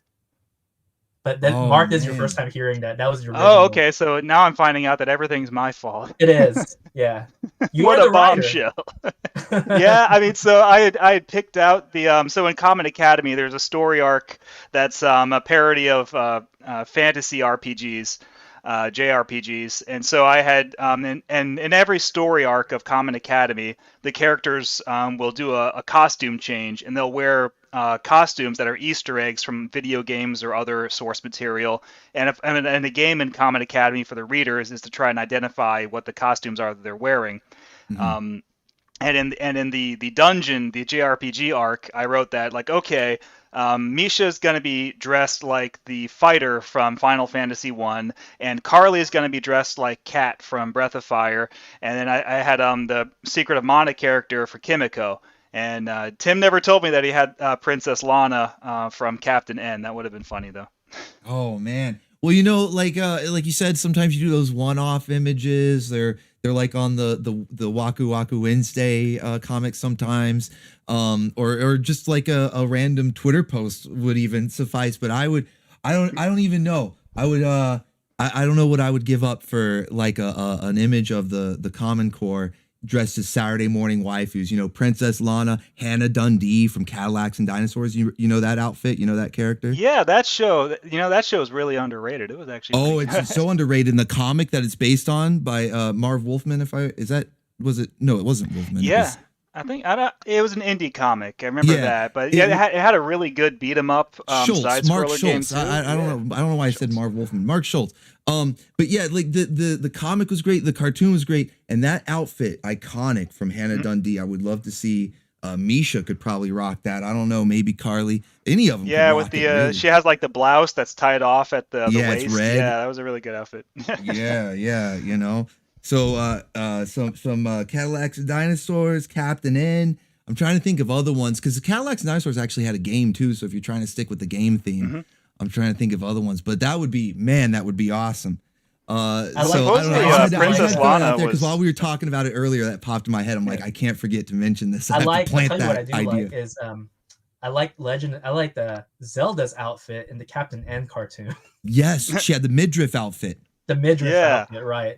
Midriff Zelda. We love midriff Zelda here. Yes. That was a great costume design. There's also there was an episode of Legend of Zelda called Doppelganger where there was an evil Zelda and we call her Goth Zelda because she was in like all black. Oh actually, man, let's get a villain. Let's get a villain and maybe Hair Trigger. We might have to resurrect that because we interact with our Japanese readers pretty frequently, and so sometimes we're shocked as to some of the things that we grew up with that we think everyone did, but it turns out it never made it over there. Like a few weeks ago, Mark was like, "Hey, do you guys have the animated Beetlejuice?" And they're like, "What? They made a Beetlejuice cartoon?" And so I'm wondering how many of them actually know that we had like basically like Saturday morning cartoons that were based on Nintendo properties. Mark, I'm guessing you probably know the answer, which is probably a lot of them. So I posted on the Super Mario Brothers Super Show like a week or two ago, and it's almost like fishing because some of them know it. They know like, oh yeah, America had all these weird Mario cartoons in the 80s, and they just know it kind of in the periphery, but they've never watched them because they've never been dubbed in Japanese or released in Japan. So they're seeing the intro for the first time, of like the Mario Brothers 3 cartoon, and like, what the heck is this? And they're all it's when you show them the intro, they're all like just enamored with it. They'll probably have a different attitude if they watch the show because usually with those 80s and 90s cartoons, the intro was the best part. but like, yeah, there's like, I showed I uploaded the intro to the Back to the Future cartoon because Back to the Future is actually really popular in Japan. It's a really popular movie over there, and like I got like hundreds of retweets from Japanese Twitter and all these comments like, there was a Back to the Future anime? What? Why does the animation look so bad? They're all basically completely thrown through a loop that it even existed. Wow. That's I would actually be curious about that as well. You should you should do some more digging there. I like that. All right, so one more question I have for you before I get into the Q&A from the chat. And I don't think we have much there, so I won't keep you guys too much longer. But we have something here. I've been mentioning waifus here quite frequently. Of course, we're all big fans of waifus. We do a lot of wrangling. We call it wrangling here. We like to get waifus in our stable. So if you had a waifu stable, like a favorite characters from it could be one of the favorite from Kamen America, from your series, or from like a classic cartoon or comic. What would be, just give like one or two of your favorite female characters, waifus as we call them here. Holy cow. I've actually never given it that much thought. I'll let Mark go first. I'm putting you on the okay, spot now. Yeah. No, I mean, I don't think this will be a surprise to anybody who follows me on Twitter because I used to make a meme out of this thing. But I like Felicia from Darkstalkers. I like that she's wholesome. She's a Catholic nun. Yeah. She used to be in showbiz, and she found her ending after Darkstalkers 1 and 2 was that she became a superstar. And then in Darkstalkers 3, her narrative is that she found that unfulfilling. And so Darkstalkers 3 ends with her opening a Catholic orphanage, and that she's this really nice, sweet lady, but she's also Felicia, and you know what she looks like, and you know how great she is. Right. Based And she's cat really girl. fun. Based cat girl. Yeah. Yes. She's a cat girl, but she's not a furry. She almost looks like she's wearing a costume. No, so no. she's not furry. We Yeah, draw but the line at fur curious. We draw the line at fur curious. Yeah.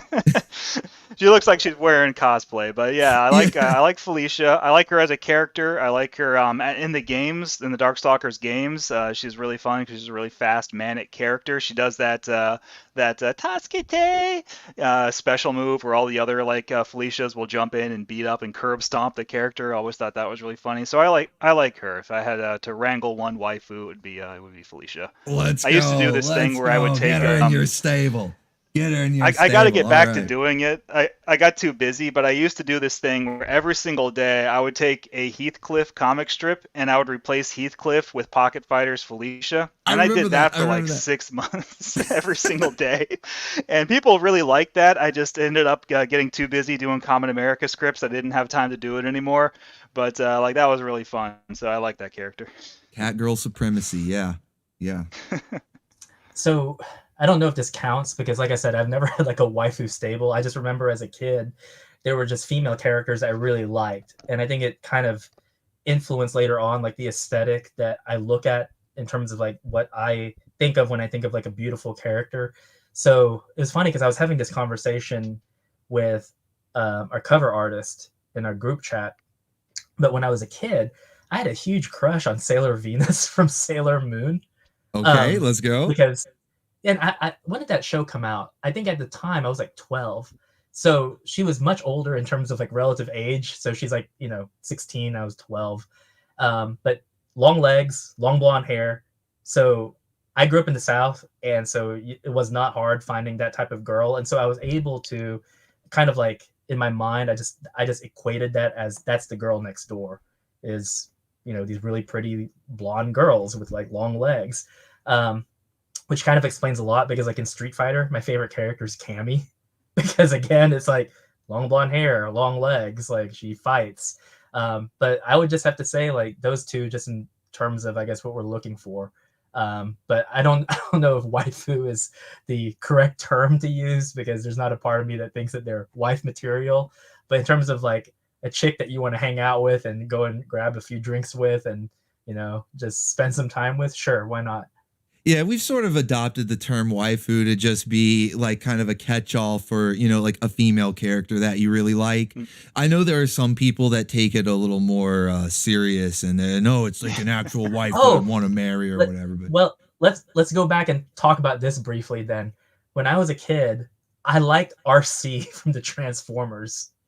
And it's funny because the way the Japanese adapted her in a lot of their manga and serializations and magazines is she's like really motherly.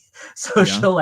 she'll like sir, what was it we were talking about, Mark? She's like in the Headmaster's anime. She was like the secretary. She would serve coffee and she would like deliver memos. She didn't do any fighting in that anime whatsoever. She was cooking pancakes. Powerful. Right. I like the Legends manga. Yeah, that's the one where she's Rat Trap's aunt and we're going to be talking about and she that cooks later. him breakfast Actually, and drives him to school. I've got a segment about that tonight after the interview. Well, and it was funny because when I was watching that cartoon, I liked her because I was like, oh, she's like motherly. So I like her as a character. Now, obviously later on with like the comic adaptations and stuff, I was just like, oh my gosh, you completely like this. They ruined her. They ruined her. I don't like this at all. But growing up, I liked that. I liked, and again, this isn't like I don't know if this counts as waifu because it's an American property, but I like April O'Neil. April O'Neil's the OG waifu. Like I said, we use the term real loosely here. So yeah, American characters, whatever. Like April rather is the OG waifu. I would everybody's say, first. I would say that when Mark and I were doing our preliminary research to create Kamen America, one of the things that we asked ourselves was, when were the times as children we encountered girls that we liked, and not like in a loving kind of way, but liked as in, oh, we heard that girls are icky, but I like her because she's cool. And a lot of it was influenced by cartoons, where it was like, oh, here's April, she hangs out with the dudes and she's cool. G.I. Joe, oh my gosh, don't even get me started. You got like Scarlet, the Baroness, Lady J. You're like, oh, they're Let's cool. go. Like, they can go kick some ass. Yeah, we mentioned her already, but like the Valiant Comics Captain N version of Samus Aran, and Samus has changed a bit since then. Obviously, in like media, she has the Zero suit and everything, and Samus is still great, you know. But I like the version of Samus from that comic where she always dressed in her Varia suit armor. She just took her helmet off. So she'd be like 7 or 8 feet tall, you know, towering over all these other characters. But she was just kind of like this. She was like a bro. Like, it didn't matter if she was, you know, a love interest character for Kevin or whatever. She was just like one of the guys. She was that tomboy character that could hang out with there, and you didn't mind chilling with a girl. You know, I'm reading the comic when I'm like 6 years old or something. But you know, that's a really cool version of Samus, and that's always been my, like, in my head, my depiction of her. And so, like, a lot of that rubs off on Misha when I write Misha. You know, I kind of think of that old '80s version of Samus. For me, I was growing up, you know, with the original X-Men cartoon from the early '90s, and so Rogue with the, because I'm also a Southern boy, you know. I grew up in okay. Oh yeah, I still live in the South. I've been here all my life, and so I don't have an accent because I don't know. I guess I got it into voice acting, and so I kind of lost the accent because I was mimicking all these other accents. But that's in the past. The point is, though, is Rogue, though, with her Southern accent, Southern Belle, but she was a superhero. You know, hanging out with the X-Men, hanging out with Gambit, who was the coolest X-Men in my opinion. You know, and he's getting a girl. You know, he's getting Rogue. You know, so I'm like, man, she was like the coolest chick to me. I love Rogue. Yeah, and her voice actress did that. Darn, it was something Kiara Zahn or something like that. She's from Canada. She's from like Montreal or something. But she did that Southern accent like really perfectly. But she voiced Aisha on Outlaw Star, and that was another character that I liked. Because Aisha was funny because the cat girl, but she was funny because she was she was like the tomboy, big, strong character that was like ferocious and could turn into a monster and stuff. But she was also the slapstick pratfall character that everything bad always happened to her. So regardless of how physically powerful she was, you felt sorry for her because all these bad things kept happening to her. And like that was a really interesting character, and that was one that always stuck in my head as being really fun. Oh yeah, she was great. And she's popped up in other voice roles too. And it's funny, like the crossover, some of the X-Men characters, because I hear them like in all this stuff now that we go back and watch them on the channel. I'll be like, oh, that was Wolverine, or that was Rogue, or that was Jean Grey, or what. You know, you hear them all over the place. It's really cool. All right, well, let's see. Let's get into the questions from the chat real quick here.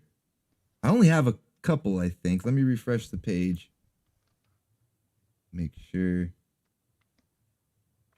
I know somebody was saying common comment, Misha was their favorite. We got another one. Carly is the best blonde / redhead, because I guess she's redhead. She goes blonde when she's Kamen America.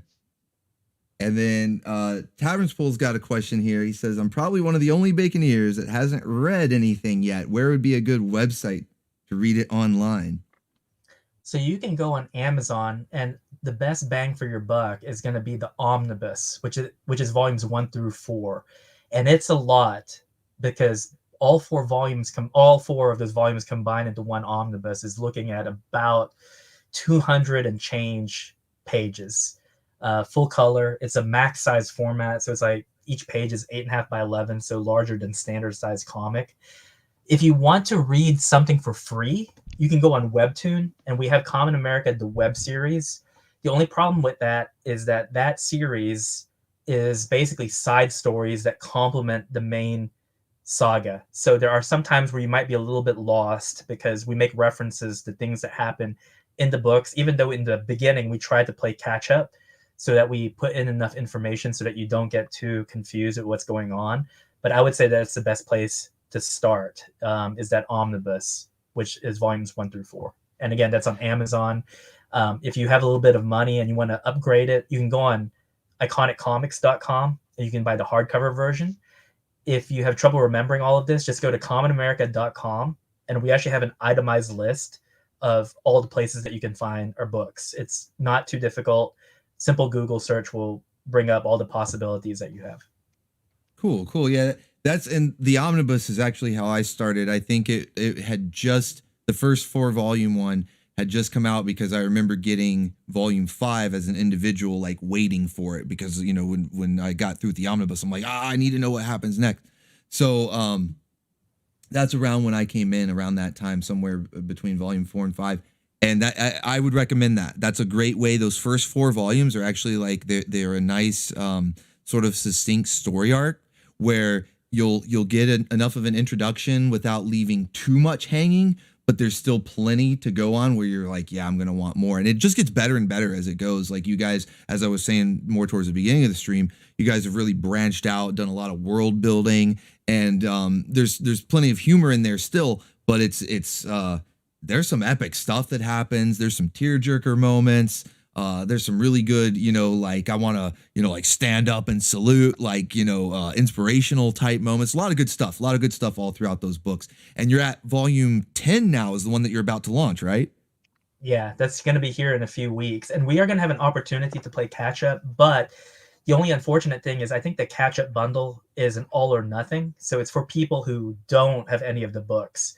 So it's volume 1, it's the omnibus 1, omnibus 2, and volume 9 all together. As we continue with each volume, it's going to get harder and harder to build these campaigns because we have so much stuff. Yeah. If you go on Big social backlog. media, you could, yeah, we literally have a warehouse full of back material and merchandise and whatnot. So you can play catch up if you just wait.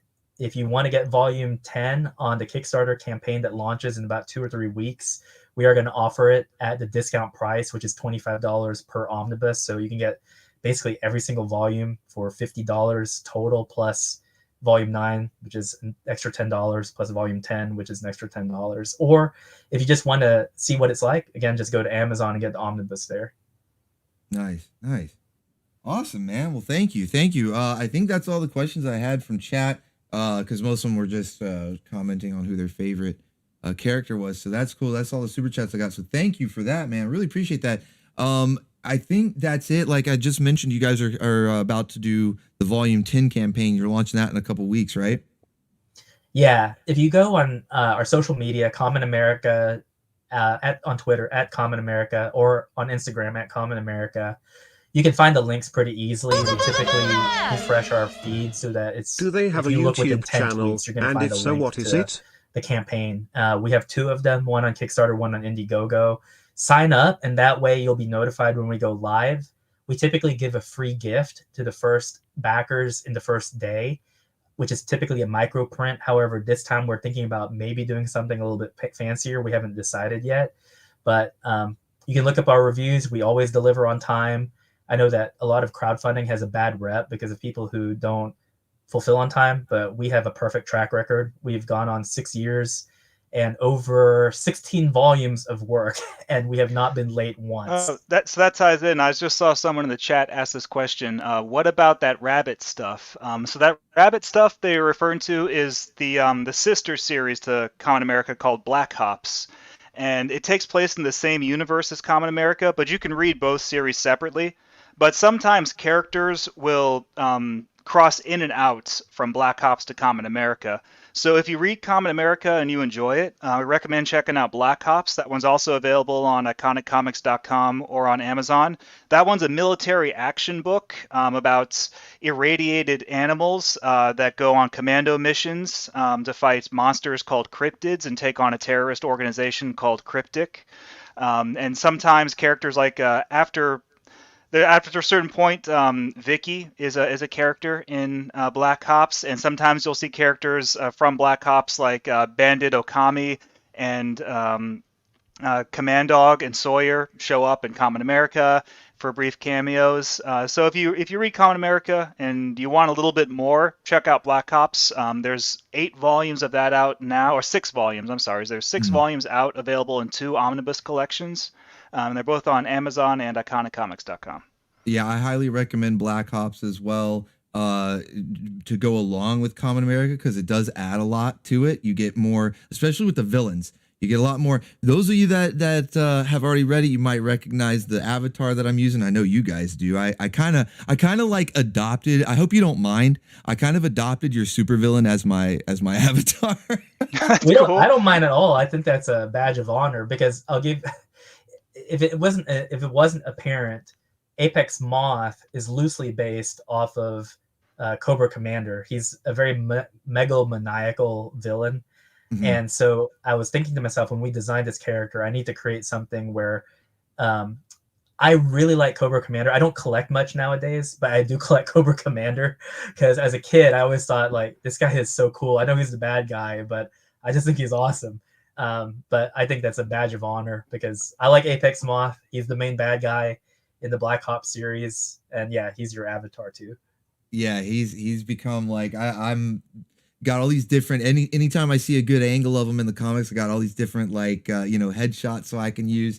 He's become like my guy here, I kind of. What do you like about him? Just he's creepy. I mean, he that's kind of how I designed his mask.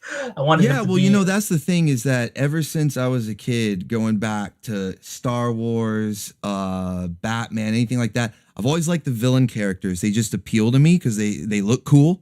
Yeah, like Darth Vader wasn't ever like scary to me. He was cool, Yeah. He didn't scare me. I thought he was badass. Even as a kid, I was like, well, this guy's cool, Cobra Commander, he was kind of goofy, but I liked him. He was cool. He had the raspy voice. Destro. I liked Megatron better than Optimus. Soundwave with the cool robot voice. And he was one of the bad guys. Soundwave was like my favorite of all the Transformers. Yeah, I was always more of a villain guy too, like with like Mega Man, right? Like I wanted to know all of Dr. Wily's Robot Masters. The Robot Masters are the cool characters, right? Which one? Proto Man. He was so much cooler than Mega Man, right? Yeah. Proto Man's awesome. He's got everything that Mega Man's got, but he's cooler. He's got, he whistles and he's got sunglasses. He's cooler. Shredder. Shredder, right? Yeah. Shredder. Nerdic Warrior in the chat just said it perfectly. He says Apex Moth looks like an evil Kamen Rider, and that's exactly what drew me to him. I'm a huge Kamen Rider fan, big Kamen Rider fan, and my favorite series or season is Kiva. And Kiva's a pretty evil looking for a hero. He's got like a kind of an evil badass look. He's the vampire looking one. I've been just now recently dabbling in Kamen Rider, which is kind of ironic because we have a comic called Common America, and of all the tokusatsu that I watch a lot of Ultraman and Godzilla and Gamera and all these things. Yeah. Kamen Rider is the one I'm just now dipping my toes in. Oh, it's so good. I watched Kamen Rider Black recently, and it was fantastic. So I'm going to watch RX next, and I'm going to kind of move on from there. And you watched an anime too. Yeah, I watched the Futo PI, which is really good. Yeah. Yeah. It is. It's really good, man. I'm glad you're getting into it because it's so, especially those early Heisei seasons, before it gets a little like more kiddie about like halfway through Heisei and when you get to Decade and stuff. But those first like 8 or 9, whatever it is, man, it's so good. You're gonna love it. Oh man, stuff. Media Blasters, I pre-ordered it back in July and they're kind of running late, but they've got this release that's got I think ZX and a whole bunch of and like Shin Kamen Rider, not the recent Hideaki Anno one, but like the 90s the 80s Shin movie. Kamen Rider. Yeah, the 80s one. They got that. They got like a triple feature of all these like Heisei era Kamen Riders, and I'm really anxious to get that because I want to check that out. That's awesome. Yeah, no, Kamen Rider is like turning into one of my favorites. Excellent. Yeah, because that's like I said, that's what sort of drew me to Apex Moth. I like the villain characters. I like he's got the air of mystery about him. He is sort of creepy, but I like that. It's not I like that, and the look. I like his look, and so it just sort of works. It works for my aesthetic. That I'm going for here. So I adopted him. He's my buddy now. He's my avatar now. Nice. So yeah, hope you guys don't mind. I love the character. I love the character. But it's been awesome talking to you guys. The time has been flying by. I feel kind of bad because I told you on Twitter. I'm like, yeah, it only take like an hour. I think we've been talking almost 2 hours. I feel kind of bad. I hope I haven't kept you too long, but it's been awesome talking to you. No, it's been fun, and not just that, but we don't do many live streams these days, and so I think this might be one of only 2 that we've done the whole year. So we're glad Oh to wow. get, Well, I'm lucky. get our Then, man. I'm mileage. lucky. Yeah, Thank you for coming absolutely. on here. No Well, it's a problem. good conversation. We don't pleasure. even realize we've gone on for, geez, like 2.5 hours. Oh man. Yeah, you know, that's what I'm trying to be mindful of your time. You know, I really appreciate you guys coming on here, and I'm just like, oh, I don't want to keep them on all night. But you know, if you ever want to come back on, I would love to have you back on. You know, because there's a lot more we could talk about. You know, we didn't really get into any like spoiler stuff. Not that I would want to spoil anything for anybody, but we just didn't talk too much details about the plot of Common America. But you know, talking about that more, you know, to come back on. Yeah, you know, there's sure. always more waifus to wrangle, you know, around these parts. Right? So, you know, Yeah, just bring let us our know, man. It lasso. was fun. Bring our Awesome, lasso awesome. next time. Well, thank you so much. Again, if you want to give a shout out, oh, I had one last super chat came in from Darth Zed. He wanted to know if you guys have a YouTube channel. I believe you do have a YouTube channel. We do. I'm subscribed to it. Yeah, just go on. I think is it Common America Official? I think it's the name of it. Yeah. And there's some We just hit- kanji in there. Yeah, we just Oh, hit 20. How many subs? 20,000? 20,000. We're 24,100. So Nice. we're just shy of 25,000 followers on there. And someone asked earlier in the chat if we were going to be doing more animations, and the answer is are. yes. So keep your eyes peeled. We've got some Awesome. more We are. animations. Yeah, Coming you up. got We this got some- one. It's like the what's that anime about the deer? The Shikanoko one. Yeah, that one was fun. Dave's Arc animation did that for us. He did a great job. Yeah, what? So you got more stuff like this coming up? Oh yeah, for sure. Nice. I think I can tell the audience because we're mostly going to be doing this one for the Japanese crowd because they love stuff like this. But in Mhm. October, we are visiting one of the most haunted hotels in the world, or in the United States, sorry. And we're going to film a mini documentary and have Carly narrate it. And we know that the Japanese love the spooky stories. I mean, we love them too, don't get me wrong.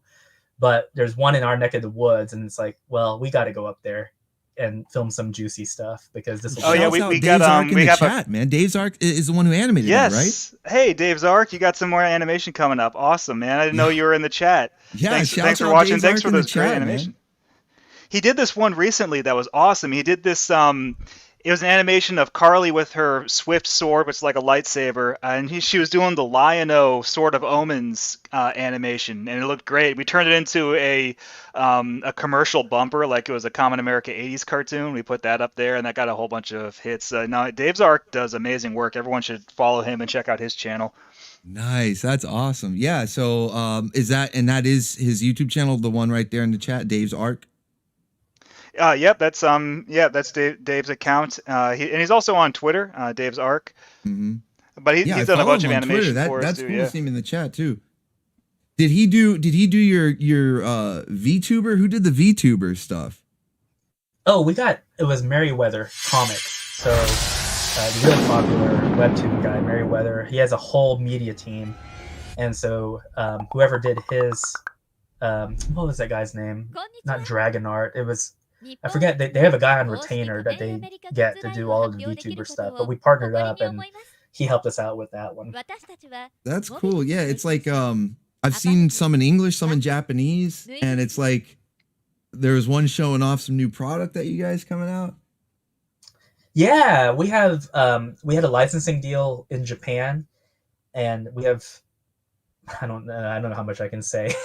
It's not the first, we'll put it that way, but we sometimes fluctuate between animation that's hand drawn versus what the VTuber will do in both English and Japanese. Kind of just depends on whatever we need and which audience we're trying to target actively at the time. But we did the reveal using the VTuber since the company that we're licensing with, Movic.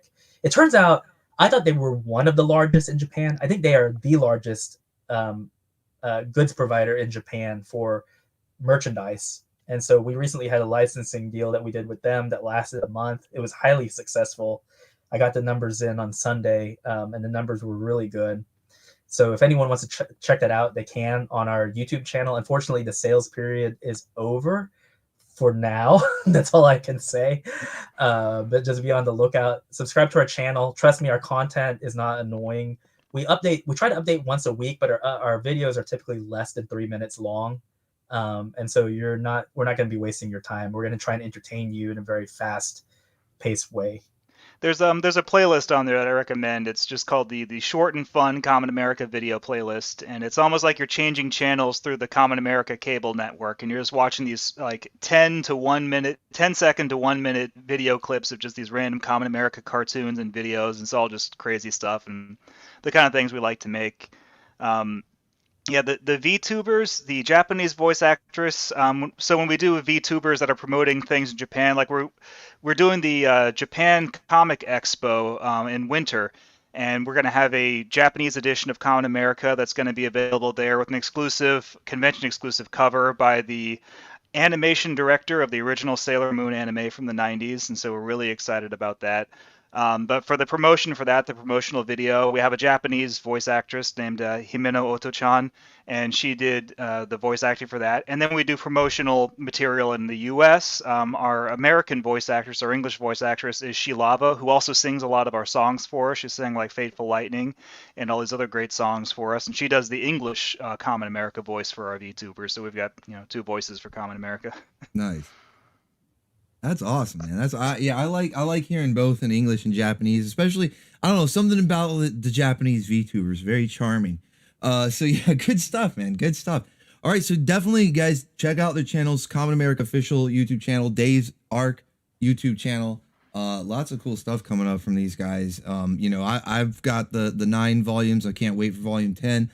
Also Black Ops, I highly recommend that. There's the 6 volumes, and is the crossover counted in that 6 volumes, or is that technically the 7th one? The crossover with Soulfinder and all that. The crossovers are considered the canonical volumes of Black Ops. So starting with 4, 5, and then 6. Okay. Cool. So yeah, definitely a lot of reading, good reading material for anybody who hasn't checked it out already. And if you're familiar with it, you need to catch up and get caught up. There's a lot of good stuff coming. I'm super excited. So, and then you've got the Common Academy stuff, right? Now, is that gonna continue, or is that wrapping up and you're just gonna go back to normal stuff? So it wraps up next week. The final episode is on, and again, people can see this on Webtoon. We have 2 series out there. Common America is one. Common Academy is the other one. Common Academy is a sequel to the original Common America web series. It will finalize next week. At the same time, we're going to debut the next web series, which is Carly's America, which is the prequel to Common America. And I think your audience might like this. We're certainly hoping and thinking the Japanese audience will. It is, how do I put it? One thing that Mark and I both like mutually as far as anime goes is we like slice of life. And we've noticed that a lot of the slice of life anime that we watch, they have kind of these themes that when you present them to a kid, they might sound ridiculous or boring. Like, for example, Laid Back Camp is all about camping. And if you were to tell like a 10-year-old that, it's an educational anime about camping, they might be like, it's boring.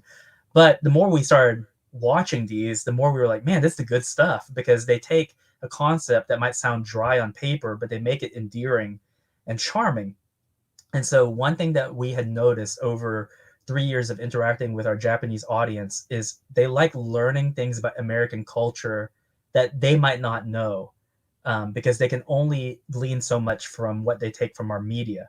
So Carly's America is essentially a slice of life about her days in high school as she's trying to, she partners up with an exchange student from Japan, and they kind of go on this fun adventure of kind of talking about American culture and history. We present it in a way that we think is going to be very factual. We're going to talk about things that we think a lot of Americans don't know about their own culture and history, so that hopefully after it's done, we're going to have a nice little tome where we can present it to anyone and they'll be entertained by things that they didn't know about commonplace things, such as what's the origin of April Fool's Day? Why do you not wear white after Labor Day? What was so important about George Washington's farewell address? Things of that nature. So again, that debuts next week. So you're on a really good starting point if you decide to check it out. Nice. So I think your chat wants to get to Conan, so I guess we should wrap it up. Oh no! Hey, don't be rushing the guests off here, chat. Oh my No, goodness, it's good. I think we went way over our time. This is Who's only going to be like talking half an about hour, and Conan we're in just the having so chat? much Oh fun. my We started goodness. talking for 2 hours. Yeah. No, it's all right, guys. I enjoy the conversation. I really appreciate you being on here. I really do, and I do. I would like to have you guys back on in the near future so we can talk about more of this stuff because I think Sure. we got. Yeah, just let us know. All right, cool, man. Well, I'll let you guys go. Thank you again for coming on. I really appreciate it. Thank you so much for all you do, putting out this work because you guys are like machines. You know, like the indie comic scene. I don't think people realize how much you have to put in to stay consistent. We've seen other people out there who aren't able to be consistent, and it hurts their brand in the long run. So you guys are consistent. It's impressive. The work is good. It's fun. It's entertaining. It's not boring. And it's stacked and packed wall to wall with waifus. That's what we like around here. We like wrangling our waifus. So I really appreciate all the stuff that you guys do. You're doing the Lord's work. All right.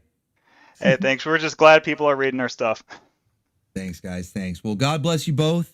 Have a great rest of your evening, and hopefully we'll talk again soon. Absolutely. Have a good man. night, guys. Bye. Have a good night. See ya. Good night. All right, guys. All right. That was Mark and Tim, creators of KAMEN America. Holy shit, those guys are cool, man. Those guys are cool. They're based. They're based. Let's go. Let's go, man. It's good to know. It's good to know that there's still some based creators out there. You know, it's not all lost. It's not all hopeless, right? It's not all gloom and doom. There's still some good people out there making comics, and they got animations in the works. You know, they got some animations in the works too. So you know, it's not all bad. It's not all bad, man. It's good. It's good to hear him. All right, so you know that went a lot longer than I thought, man. I don't know, guys. I don't know if we have time.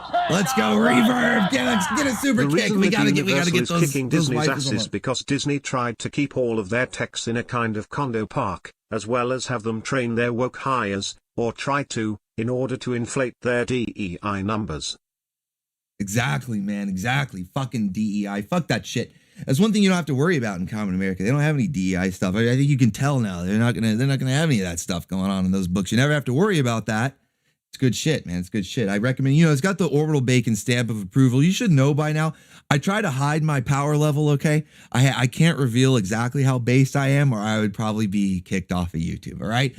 So I have to hide my power level a little bit there, but I think you guys can tell that, you know, if it gets my symbol, let's go out and Shaw zooking out!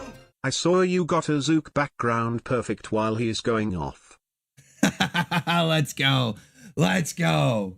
We do. I finally made the Zook and wrangling in Las Vegas, the Sliver Country. I finally made that meme. You know, Alex Shaw, thank you, man. Stream boss right there. I don't even know if I should try doing the segments or if we should just go to the Gyat Yacht. Should we just go to the Gyat Yacht and just unlock a bunch of pinups for the rest? DEI should die. There you go, Space Cyborg Dragon. See, I knew the bacon ears were based. I already knew.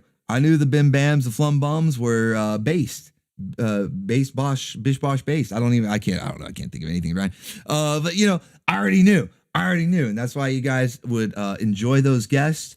You would enjoy the books if you do decide to check out KAMEN America and or Black Ops. You won't regret it. It's good stuff. It's good stuff. It gets the Orbital Bacon seal of approval. You know it won't have any of that DEI crap in there. It's going to be all good. So, yeah, I figured you guys would like that. I'm glad that you did. Man. It was a good conversation. The time just flew by. Holy shit, man. We better hurry up. And get over to the Gyat Yacht. I hear it calling. You guys hear it calling, right? You hear it calling. We better get over there and just start unlocking pinups. However, the techs didn't like or even agree with this policy, so they left or were let go, fired. But the joke was on Disney. They went over to Universal and started work there, including doing work on Nintendo Land. So that's why the rides are so much better over there. It all makes sense now. It's all coming together. It all comes together in the end, you know? You just got to connect the dots. The truth is out there. You just have to connect the dots. All right, let's go over to the Gyat, guys. Let's go over to the Gyat. I hear it calling. We need to get on board. We've got about 30 minutes. Actually, we got 45 minutes until Conan starts. I did set Conan to run or start rather 15 minutes late. It's not going to run 15 minutes. It's still the same length. It's going to start 15 minutes late. Okay, so we actually have about 45 minutes. Now, I don't know. What do you guys think? Should I try to just like blaze through one of these segments? I'm thinking maybe we could do a bonus stream tomorrow night. No here. Just. Oh, why didn't it spell those out? Maverick Hat, thank you for having Baroness rock the Gyat there. So, Disney is failing while Universal is on the rise. Thanks to Disney. yeah, they're the instruments of their own demise. Disney is once again the instrument of its own demise. Oh well, you know what's that meme? He's like, oh, it's terrible, but anyway, oh no, but anyway, right? Who cares, man? We're getting on the Gyat here. We got to set sail, all right? We got bigger fish to fry as we set sail on the Gyat. We got to unlock some pinups here. I'm thinking, what do you guys think about maybe doing the bonus stream tomorrow night?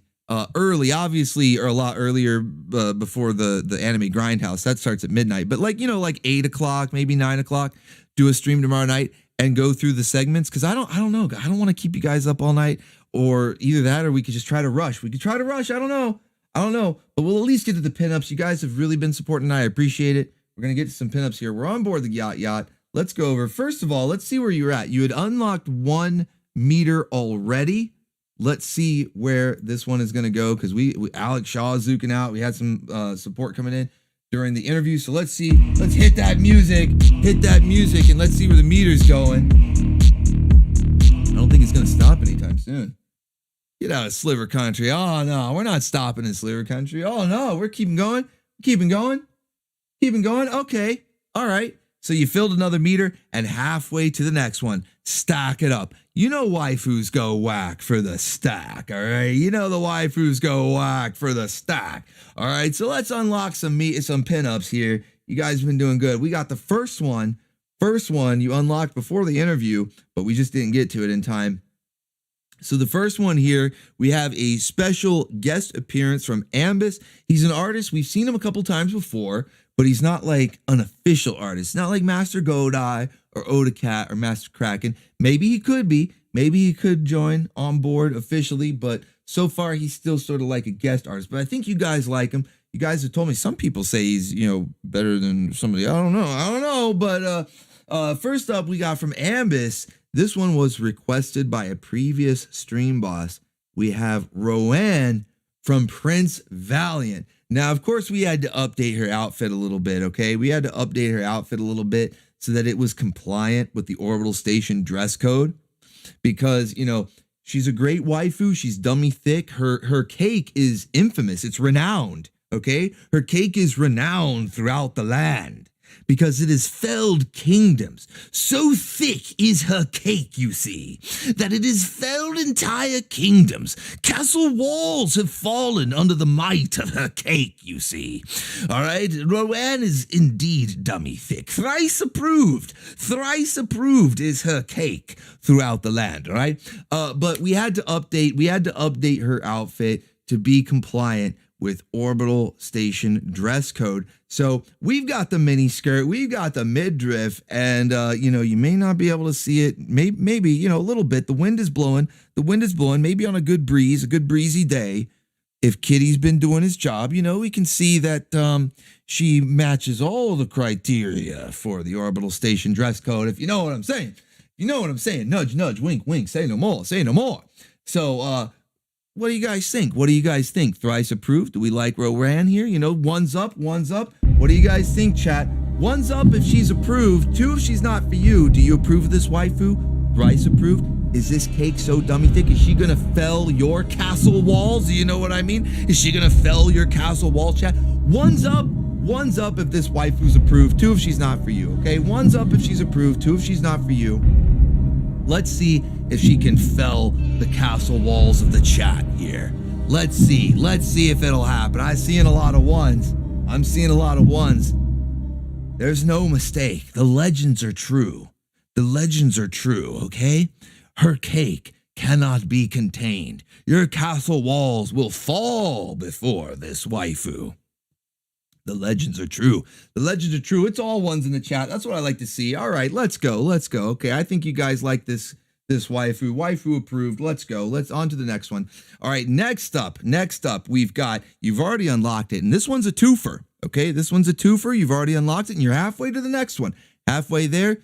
We're living on a prayer. Can we hit it, guys? Can we get some more waifus unlocked? Can we get some more waifus unlocked? Did you? If you enjoyed the interview, do it for Kamen America. If you enjoyed the interview, let's get some waifus unlocked. I got a lot of pinups for you guys here. I got a lot of pins for you. Let's get them unlocked. Let's set them free. We got to get them roaming around the Gyat, all right? All right, so next up, we're going into Master Godai territory. That's right, Crossfire goes, it's Godai, I can tell. Dude, Godai has a silhouette. Like, the silhouette's going to knock over your castle wall, okay? You don't even have to see the waifu yet. Master Godai is, he's the master of thickness, okay? So if you guys were here for Wednesday, for channel surfing, we watched some unaired pilots. One in particular that really sort of stole the show was Rat Bastard. Okay, so if you were here for Wednesday's live stream, channel surfing, we watched an unaired pilot of Rat Bastard, and there was a particular mousy waifu in there named Lori. She was a medic. She was ready to stitch some wounds, you know, some horizontal healing, as it were. She was ready to go. She was gassed up and ready to drive with Diameter, okay? And as you can see, Master Godai, he's a master of Diameter. All right, so we've got a waifu of Diameter right here. Let's go. We've got Lori. We've got the mousy waifu, the extra thick, dummy thick, 2 scoops just for you. Let's go. This is a medic. She's ready to, yeah, the horizontal healing. There you go, Rodman Chaos. Exactly, man. Hello, nurse, okay? We have a mousy waifu. Now, I mentioned earlier during the interview, we draw the line at Fur Curious. You know, I saw somebody in the chat say it's a very thin line. I think that was Mech. Was that you, Mech? Somebody in the chat was like, you know, it's a very thin line, or maybe it's a thick line. I don't know. It kind of depends on how you look at it. But we're a little Fur Curious around here. You know, Ronin X says that is one thick Ronin. You know, we're just getting started here, but if you're familiar with Master Godai, then you know how it is. But if you're new around here, we're just getting started, bud. We're just getting started. Let's see what else we got, because this was a twofer. Those babies. Thicker and fuller, as chat says. Thicker and fuller. Let's go. Body and Oh, holy shit, Reverb! Zook it out! We can do an early stream on Sunday if things get a bit late. Hey, that's not a bad idea either. We can unlock a Sunday stream. Unlock a Sunday stream and actually do all the segments proper, right? Let's see. Let me set a goal. Hold on. Let me set a goal. Okay, so real quick, you just filled up the rest of this meter. You just obliterated the rest of that meter, and you put a sliver in this one. How about this, guys? How about this? Because we got a little bit of time left and we got a couple of more pinups to unlock, okay? If we can fill the rest of this meter, let's see if we can fill the rest of this meter. Let's just get the rest of this one. And then we'll unlock a bonus stream. I'll do a whole nother stream either tomorrow or Sunday. I don't know. Is Sunday better? We'll decide. We'll decide at the end of the stream which day, either tomorrow or Sunday. But we'll do another stream, and it'll be the rest of the segments. You know, we'll do the Saturday morning memes, we'll do the waifu roundup, all that kind of stuff. We'll do that. Yes! Let's go, Alchemy, with the 10 big Bison butts. A thin line. Like the thin line between cheek and cheek. A very thin line, indeed. Cheek to cheek, stink to stink. Holy shit, Alex Shaw with the big $100! Let's go! Let's get that guitar waifu out. Where is she? Holy shit, where's the guitar waifu? Woo! Let's go! Let's go! Put the guitars up in the chat. Put the guitars up in the chat if you want this waifu to grind on ya. Woo! She's grinding on the chat. Grinding away on the bacon ears and the bambas.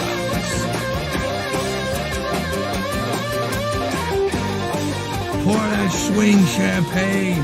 Get those pizza rolls raining. Deal.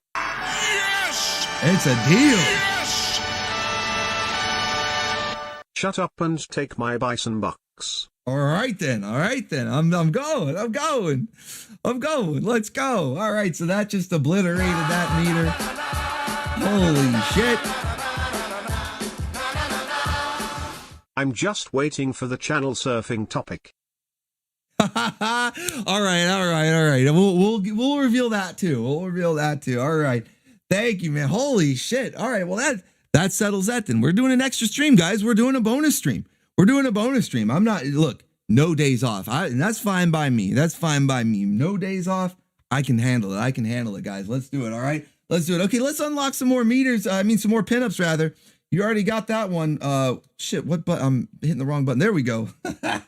I'm zooking out, man.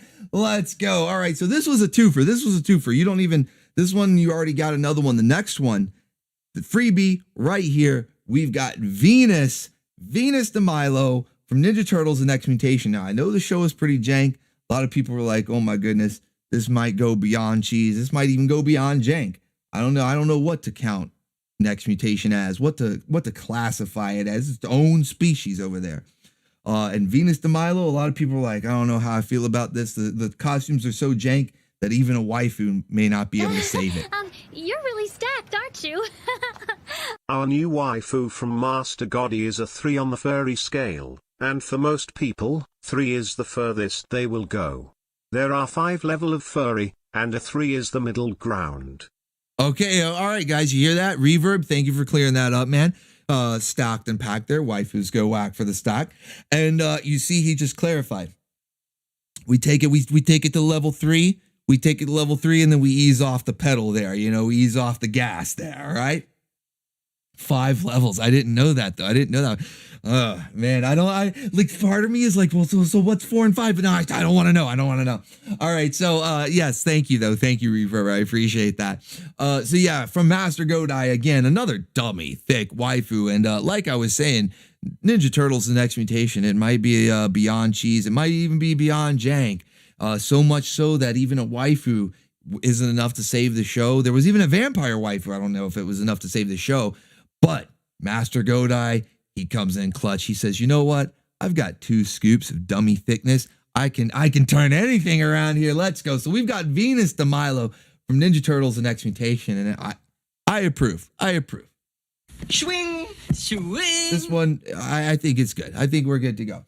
All right. So that was a twofer. So we've got more. To unlock because you guys just did another couple of meters. So you had the first meter that was from Ambus. Meter number 2 was Lori and Venus here. Meter number 3, we've got another one from Master Godai. Okay, I got a bonus from Master Godai. Are you guys ready for this one? This one I was like, we had to go bone. Normally I get 2 from Master Godai. We do the twofer, we go, but we got this third one. It was so good. It deserved its own meter. It's so good. You guys are gonna love this. Okay. Do I have any guesses? First of all, who's this waifu? Who's this waifu? I don't know. Can you tell? Can you tell by the silhouette?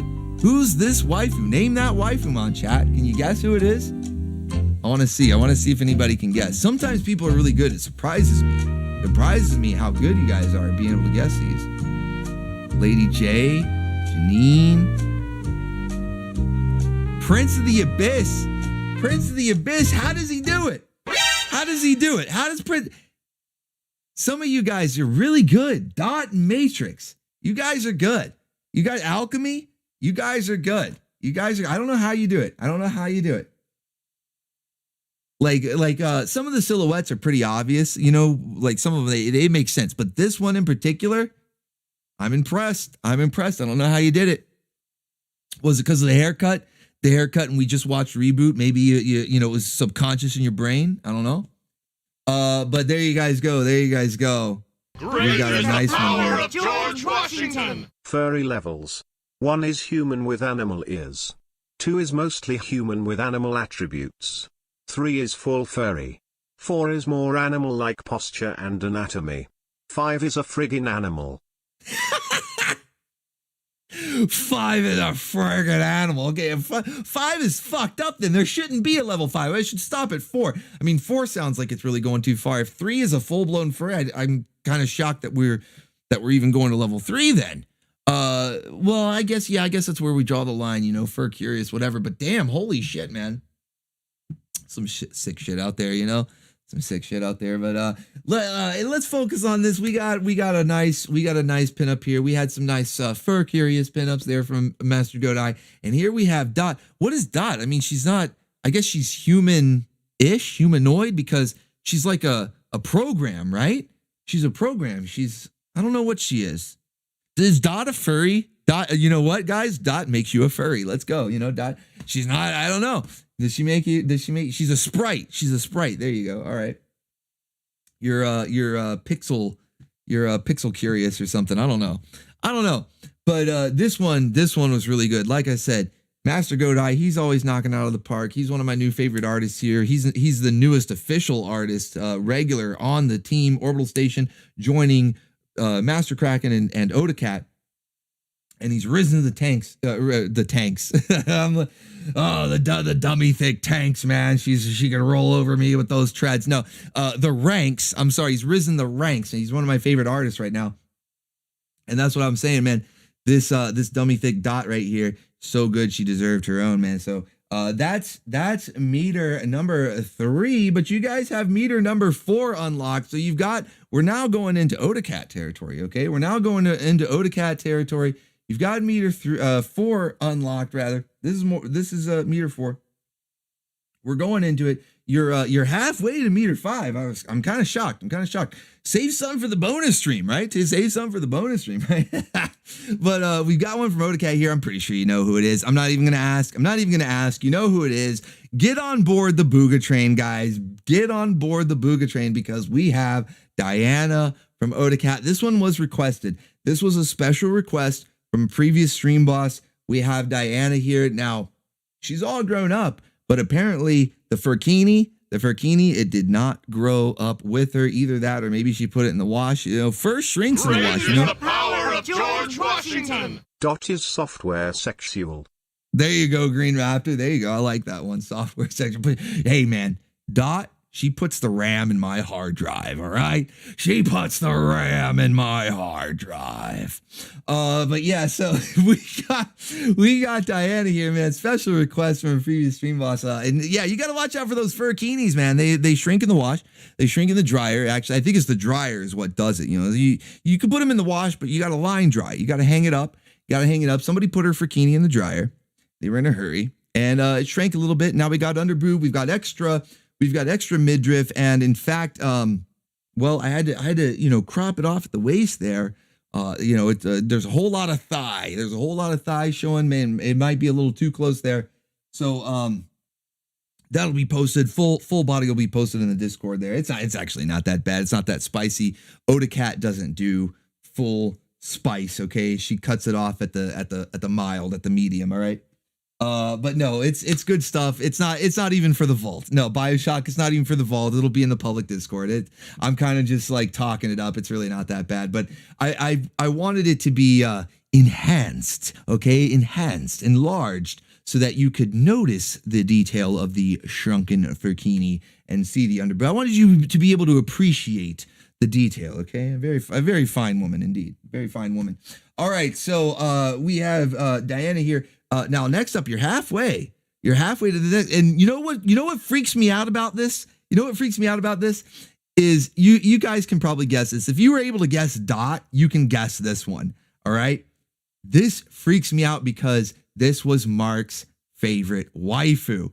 I didn't know. I swear I didn't know. In fact, this was another request. This is another special request. I didn't even pick this one, okay? So this is another special request waifu, and it just so happens to be Mark's favorite waifu. Now, we're halfway there, chat. We're halfway there. Now, I'm probably about to wrap up the stream. I'm going to let you guys know what the channel surfing theme is, because that was requested in a super chat. So I'll let you know what it is so you can go ahead and start preparing. We're still going to do the bonus stream either tomorrow or Sunday. We got to figure that out. Tomorrow or Sunday, we're going to do a full stream. I have all the segments. We didn't get to any segments, guys. So we're going to do a full stream. Either tomorrow or Sunday. What day is better? We'll do it around 8:00 p.m. Saturday or Sunday. One's up for Saturday, 2 for Sunday. Okay. One's up for Saturday, 2 for Sunday. One's up for Saturday, 2 for Sunday. All right. That's gonna make it easy for me to see because people are already saying Saturday, Sunday. They both start with S. I can't tell. Put a 1 up for Saturday, 2 for Sunday. 1 up for Saturday, 2 for Sunday. It'll be a little bit earlier in the evening. We won't start so late. Especially because, well, both days, Saturday's got the grindhouse. We don't want to go into that. And then Sunday, it could be a work day for people. So, 1 up for Saturday, 2 for Sunday. 1 up for Saturday, 2 for Sunday. Let's see. I'm seeing a good bit of 1s, a couple of 2s, though. I'm seeing a couple of 2s, mostly 1s. Some 1s and 2s. So, I guess that means you're fine with either. Damn, it's kind of split. I don't know. I'm seeing mostly 1s. Don't try not to spam it though, because I want to get a fair count. So just vote once. Just vote once. Shit. You know what? I'm gonna end up having to do both. I'm gonna end up doing the stream on Saturday, and then you're gonna unlock the meters there. I'm gonna do a stream on Sunday. We'll do a gaming stream. We'll do Shantae Sunday. We'll do gaming stream. Yeah, we'll do it both, guys. We'll do it both. I love the bacon ears. I love the bim bams. We're going to do it. We're going to do it both. I want to hang out with you guys all weekend, okay? It's going to be a bacon ear weekend. Bacon ear weekend. George Washington. Felicia is an interesting fusion of levels 1 and 4. She has full only animal ears and tail of level 1 but then goes on to have arms and legs associated with level 4. So, level 2.7. All right there, buddy. Let's not start purity spiraling on our cat girl waifus. We don't need to start purity spiraling on our cat girl waifus, okay? They're based cat girl supremacy. Felicia's based. She's a Catholic nun and a hot cat girl waifu. Based cat girl waifu supremacy, okay? So we're good. No, thank you, Maverick Cat. I appreciate that. So I'm going to start wrapping up the stream here. So to let you know what the theme for channel surfing, just in case you want to get an early start, I'll announce it again tomorrow. But just to let you know what the stream for Wednesday, the theme for the stream Wednesday is, in case you want to get an early start, hunt down clips. This one's going to be kind of easy, or I hope will be kind of easy for you, because we've got October coming up. All right. So we have this coming Wednesday, and I think the Wednesday after, if I did my math right. We've got like 2 more before we get into October. And once we get into October, it's basically Halloween all month. There's no point in even announcing a theme. It's going to be Halloween all month. So I figure the next 2 weeks before we get there, let's do decades, all right? So we're going to do 80s and then we're going to do 90s. So this coming Wednesday for channel surfing, the theme is 80s. The most 80s commercials you can find. Think that cherry cola, that cherry Coca-Cola commercial? The outrageous, and it's basically like all of the 80s shoved into one commercial. Think like that, okay? You want to find stuff like that. The most 80s commercials you can find. Can be for anything. Orangina furries are at 12. Yes, painting and rambling. They're on a whole nother level, man. They're on a whole nother plane of existence, okay? They're on a whole other plane of existence. Yes. Thank you, Painting and Rambling. So yeah, that's going to be the theme. If you want to get an early start collecting your clips and your stuff for Wednesday, look for 80s stuff, man. The most 80s stuff you can find. It's going to be good. But you know what, guys? I know we ran really long tonight with the interview, but I think it was a lot of fun. I think it was worth it. I enjoyed talking to those guys. Common America is great. I highly recommend it. Mark and Tim were awesome. We're gonna have them back on the show. We've got a nice group of friends of the show, right? We've got Doug Tenaple, creator of Earthworm Jim, friend of the show. We've got Elon Carter, Miss Playboy June 94, friend of the show, right? She's coming back soon. She's actually coming back really soon. And then we've got Mark and Tim, creators of Common America, friend of the show. All right, let's go, guys. The bacon ears, the bim bams, we can't be stopped. It's the influence of the bacon ears is growing. We can't be stopped. It's gonna be awesome. So I'm gonna do a full show tomorrow night, guys. We're gonna do all the segments: Saturday morning memes, waifu roundup, anything I might have missed. I mean, it's kind of shit. I should do this. You know what I should do? I should do the Saturday morning preview. Let's do the Saturday morning preview real quick. There's no point in saving this. All right, so real quick, all right, guys. Saturday morning preview, what we have tomorrow, because I do need to let you know. That just because you don't see the premiere up there already, one of these days, I swear, I'm gonna get back on time. I'm gonna have those premieres up early. I swear, one of these days, I'll do it. But there is gonna be Saturday morning cartoons tomorrow, 9 a.m. Just because you don't see the premiere, it will be there. Don't worry. 9 a.m. Eastern Standard Time, the usual time, a full 3-hour block from 9 to noon Eastern Time. Saturday morning cartoons. And here's a quick little preview. The theme, we talked about channel surfing. It's 80s. So tomorrow's theme for Saturday morning cartoons, we're doing a fashion show. Chat. We've got a full-on fashion show going on, all right? Waifu fashion show. It's going to be kind of a zooked out fashion show, actually. It's going to be pretty wild, all right? You're going to see some interesting outfits. You're going to see some interesting wrangling going on. Pretty wild stuff, but yeah, fashion show. Lots of outfits, or I'm sorry, waifus in different outfits than their normal stuff. You can see here on the left, we got Mainframe. Is she showing off some midriff there? Showing off a little bit of midriff there. So yeah, you can see Mainframe. It looks like she just escaped the vault in Fallout. I don't know. Turned one of those Fallout vault jumpsuits into a dress there, but I like how it shows midriff there. And you'll see some classics like Mainframe. We've got some new waifus here, some Wonder Woman looking waifus there. And then we've even got some waifus that are wrapped up in a bow. They look like they're gift wrap, some gift wrap waifus right here. It's going to be a good time. I'm telling you, it's going to be a good time. We got some gift wrap waifus. We've got fashion show waifus. It's going to be a lot of fun, guys. So stacked and packed. Wall to wall, you know how we do it. 9 a.m. Eastern Standard Time. That's Saturday morning cartoons. Now for the news and updates, I already did. I kind of did this backwards, but just quick recap. Channel surfing, 80s theme. I'll announce this again tomorrow, but I had to do the Saturday morning preview because it'd be too late to do this tomorrow. But swimsuit waifus, maybe Nerdic, maybe. In fact, yes. I'll go and tell you. Spoiler alert. Yes, there is swimsuit waifus tomorrow morning. So at least one. Maybe more than one, but I can think of one off the top of my head. So yes, you will get swimsuit waifus tomorrow morning. Get a lot of different outfits, channel surfing, 80s, good stuff. I think that's all we got. I think we're halfway on this last meter, so we'll save that. We'll save the rest of the pinups. So tomorrow, guys, I keep saying channel surfing. I'm sorry. Saturday morning cartoons, 9 a.m. Eastern Standard Time, and then 8 p.m. Eastern Standard Time. We've got a bonus show. We've unlocked a bonus stream. You guys are awesome. I really appreciate the support tonight. So you've unlocked a bonus stream. I've got plenty of more pinups to unlock tomorrow night. We've got all the segments to go through. So we're going to do that tomorrow, 8 p.m. Eastern Standard Time. And then we will have the anime Grindhouse tomorrow night. And we're going to be watching more Dirty Pair. Now, do I have that? Without going through all my... Let's see if I can avoid spoiling all of my slides and stuff and just show you we've got Shantae Sunday. All right. So we've unlocked a bonus stream tomorrow and a stream on Sunday, and I'll do it from the main channel. I guess we'll game on the main channel. We got Conan coming up in like 20 minutes and Dirty Pair. We're doing more Dirty Pair. Okay. It's Japanese week. We're going back to Japanese subtitles. We alternate every other week. We do English dubs and then Japanese subs. We watched Shamanic Princess in English last week, so we're watching more Dirty Pair, the series. I believe we're up to volume 3 of this in Japanese with subtitles. KAMEN Yuri, you guys are gonna love it. It was pretty wild last week. We ended in a bunch of rats forming a swastika in the maze. It was pretty wild. It was awesome stuff.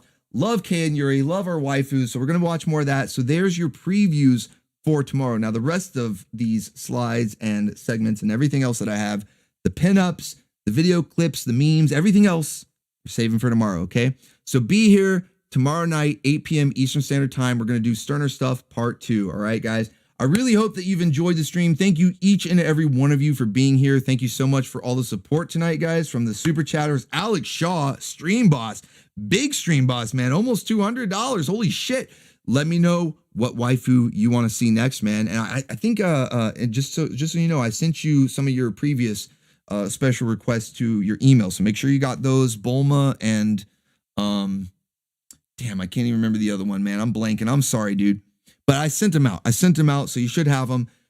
Check your email. Let me know. Make sure you got those. But thank you everyone for supporting. Thank you everyone else for being here. I appreciate each and every one of you. Be sure to like up the stream if you've enjoyed this madness tonight, man. We had a lot of fun. It was a good show. So be sure to like up the stream.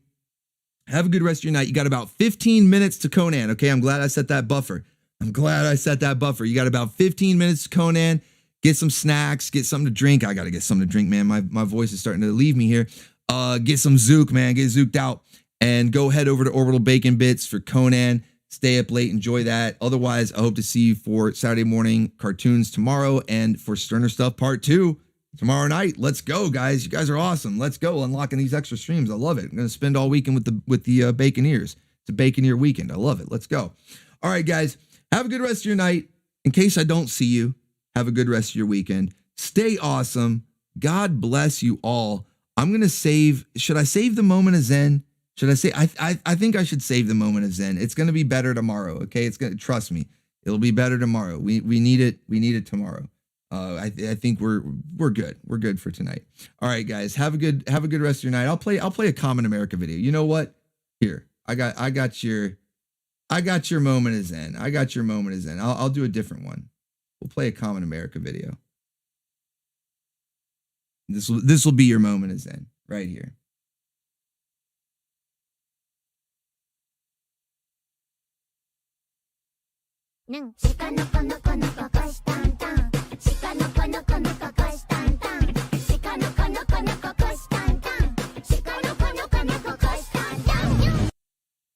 All right, guys. Have a good rest of your night. Stay awesome. God bless you all. I'll see you tomorrow, and I'll see some of you in a few minutes at Conan over on Orbital Bacon Bits. Take care. Until all is one. Yes, until all is one. Thank you for visiting me. It's been real.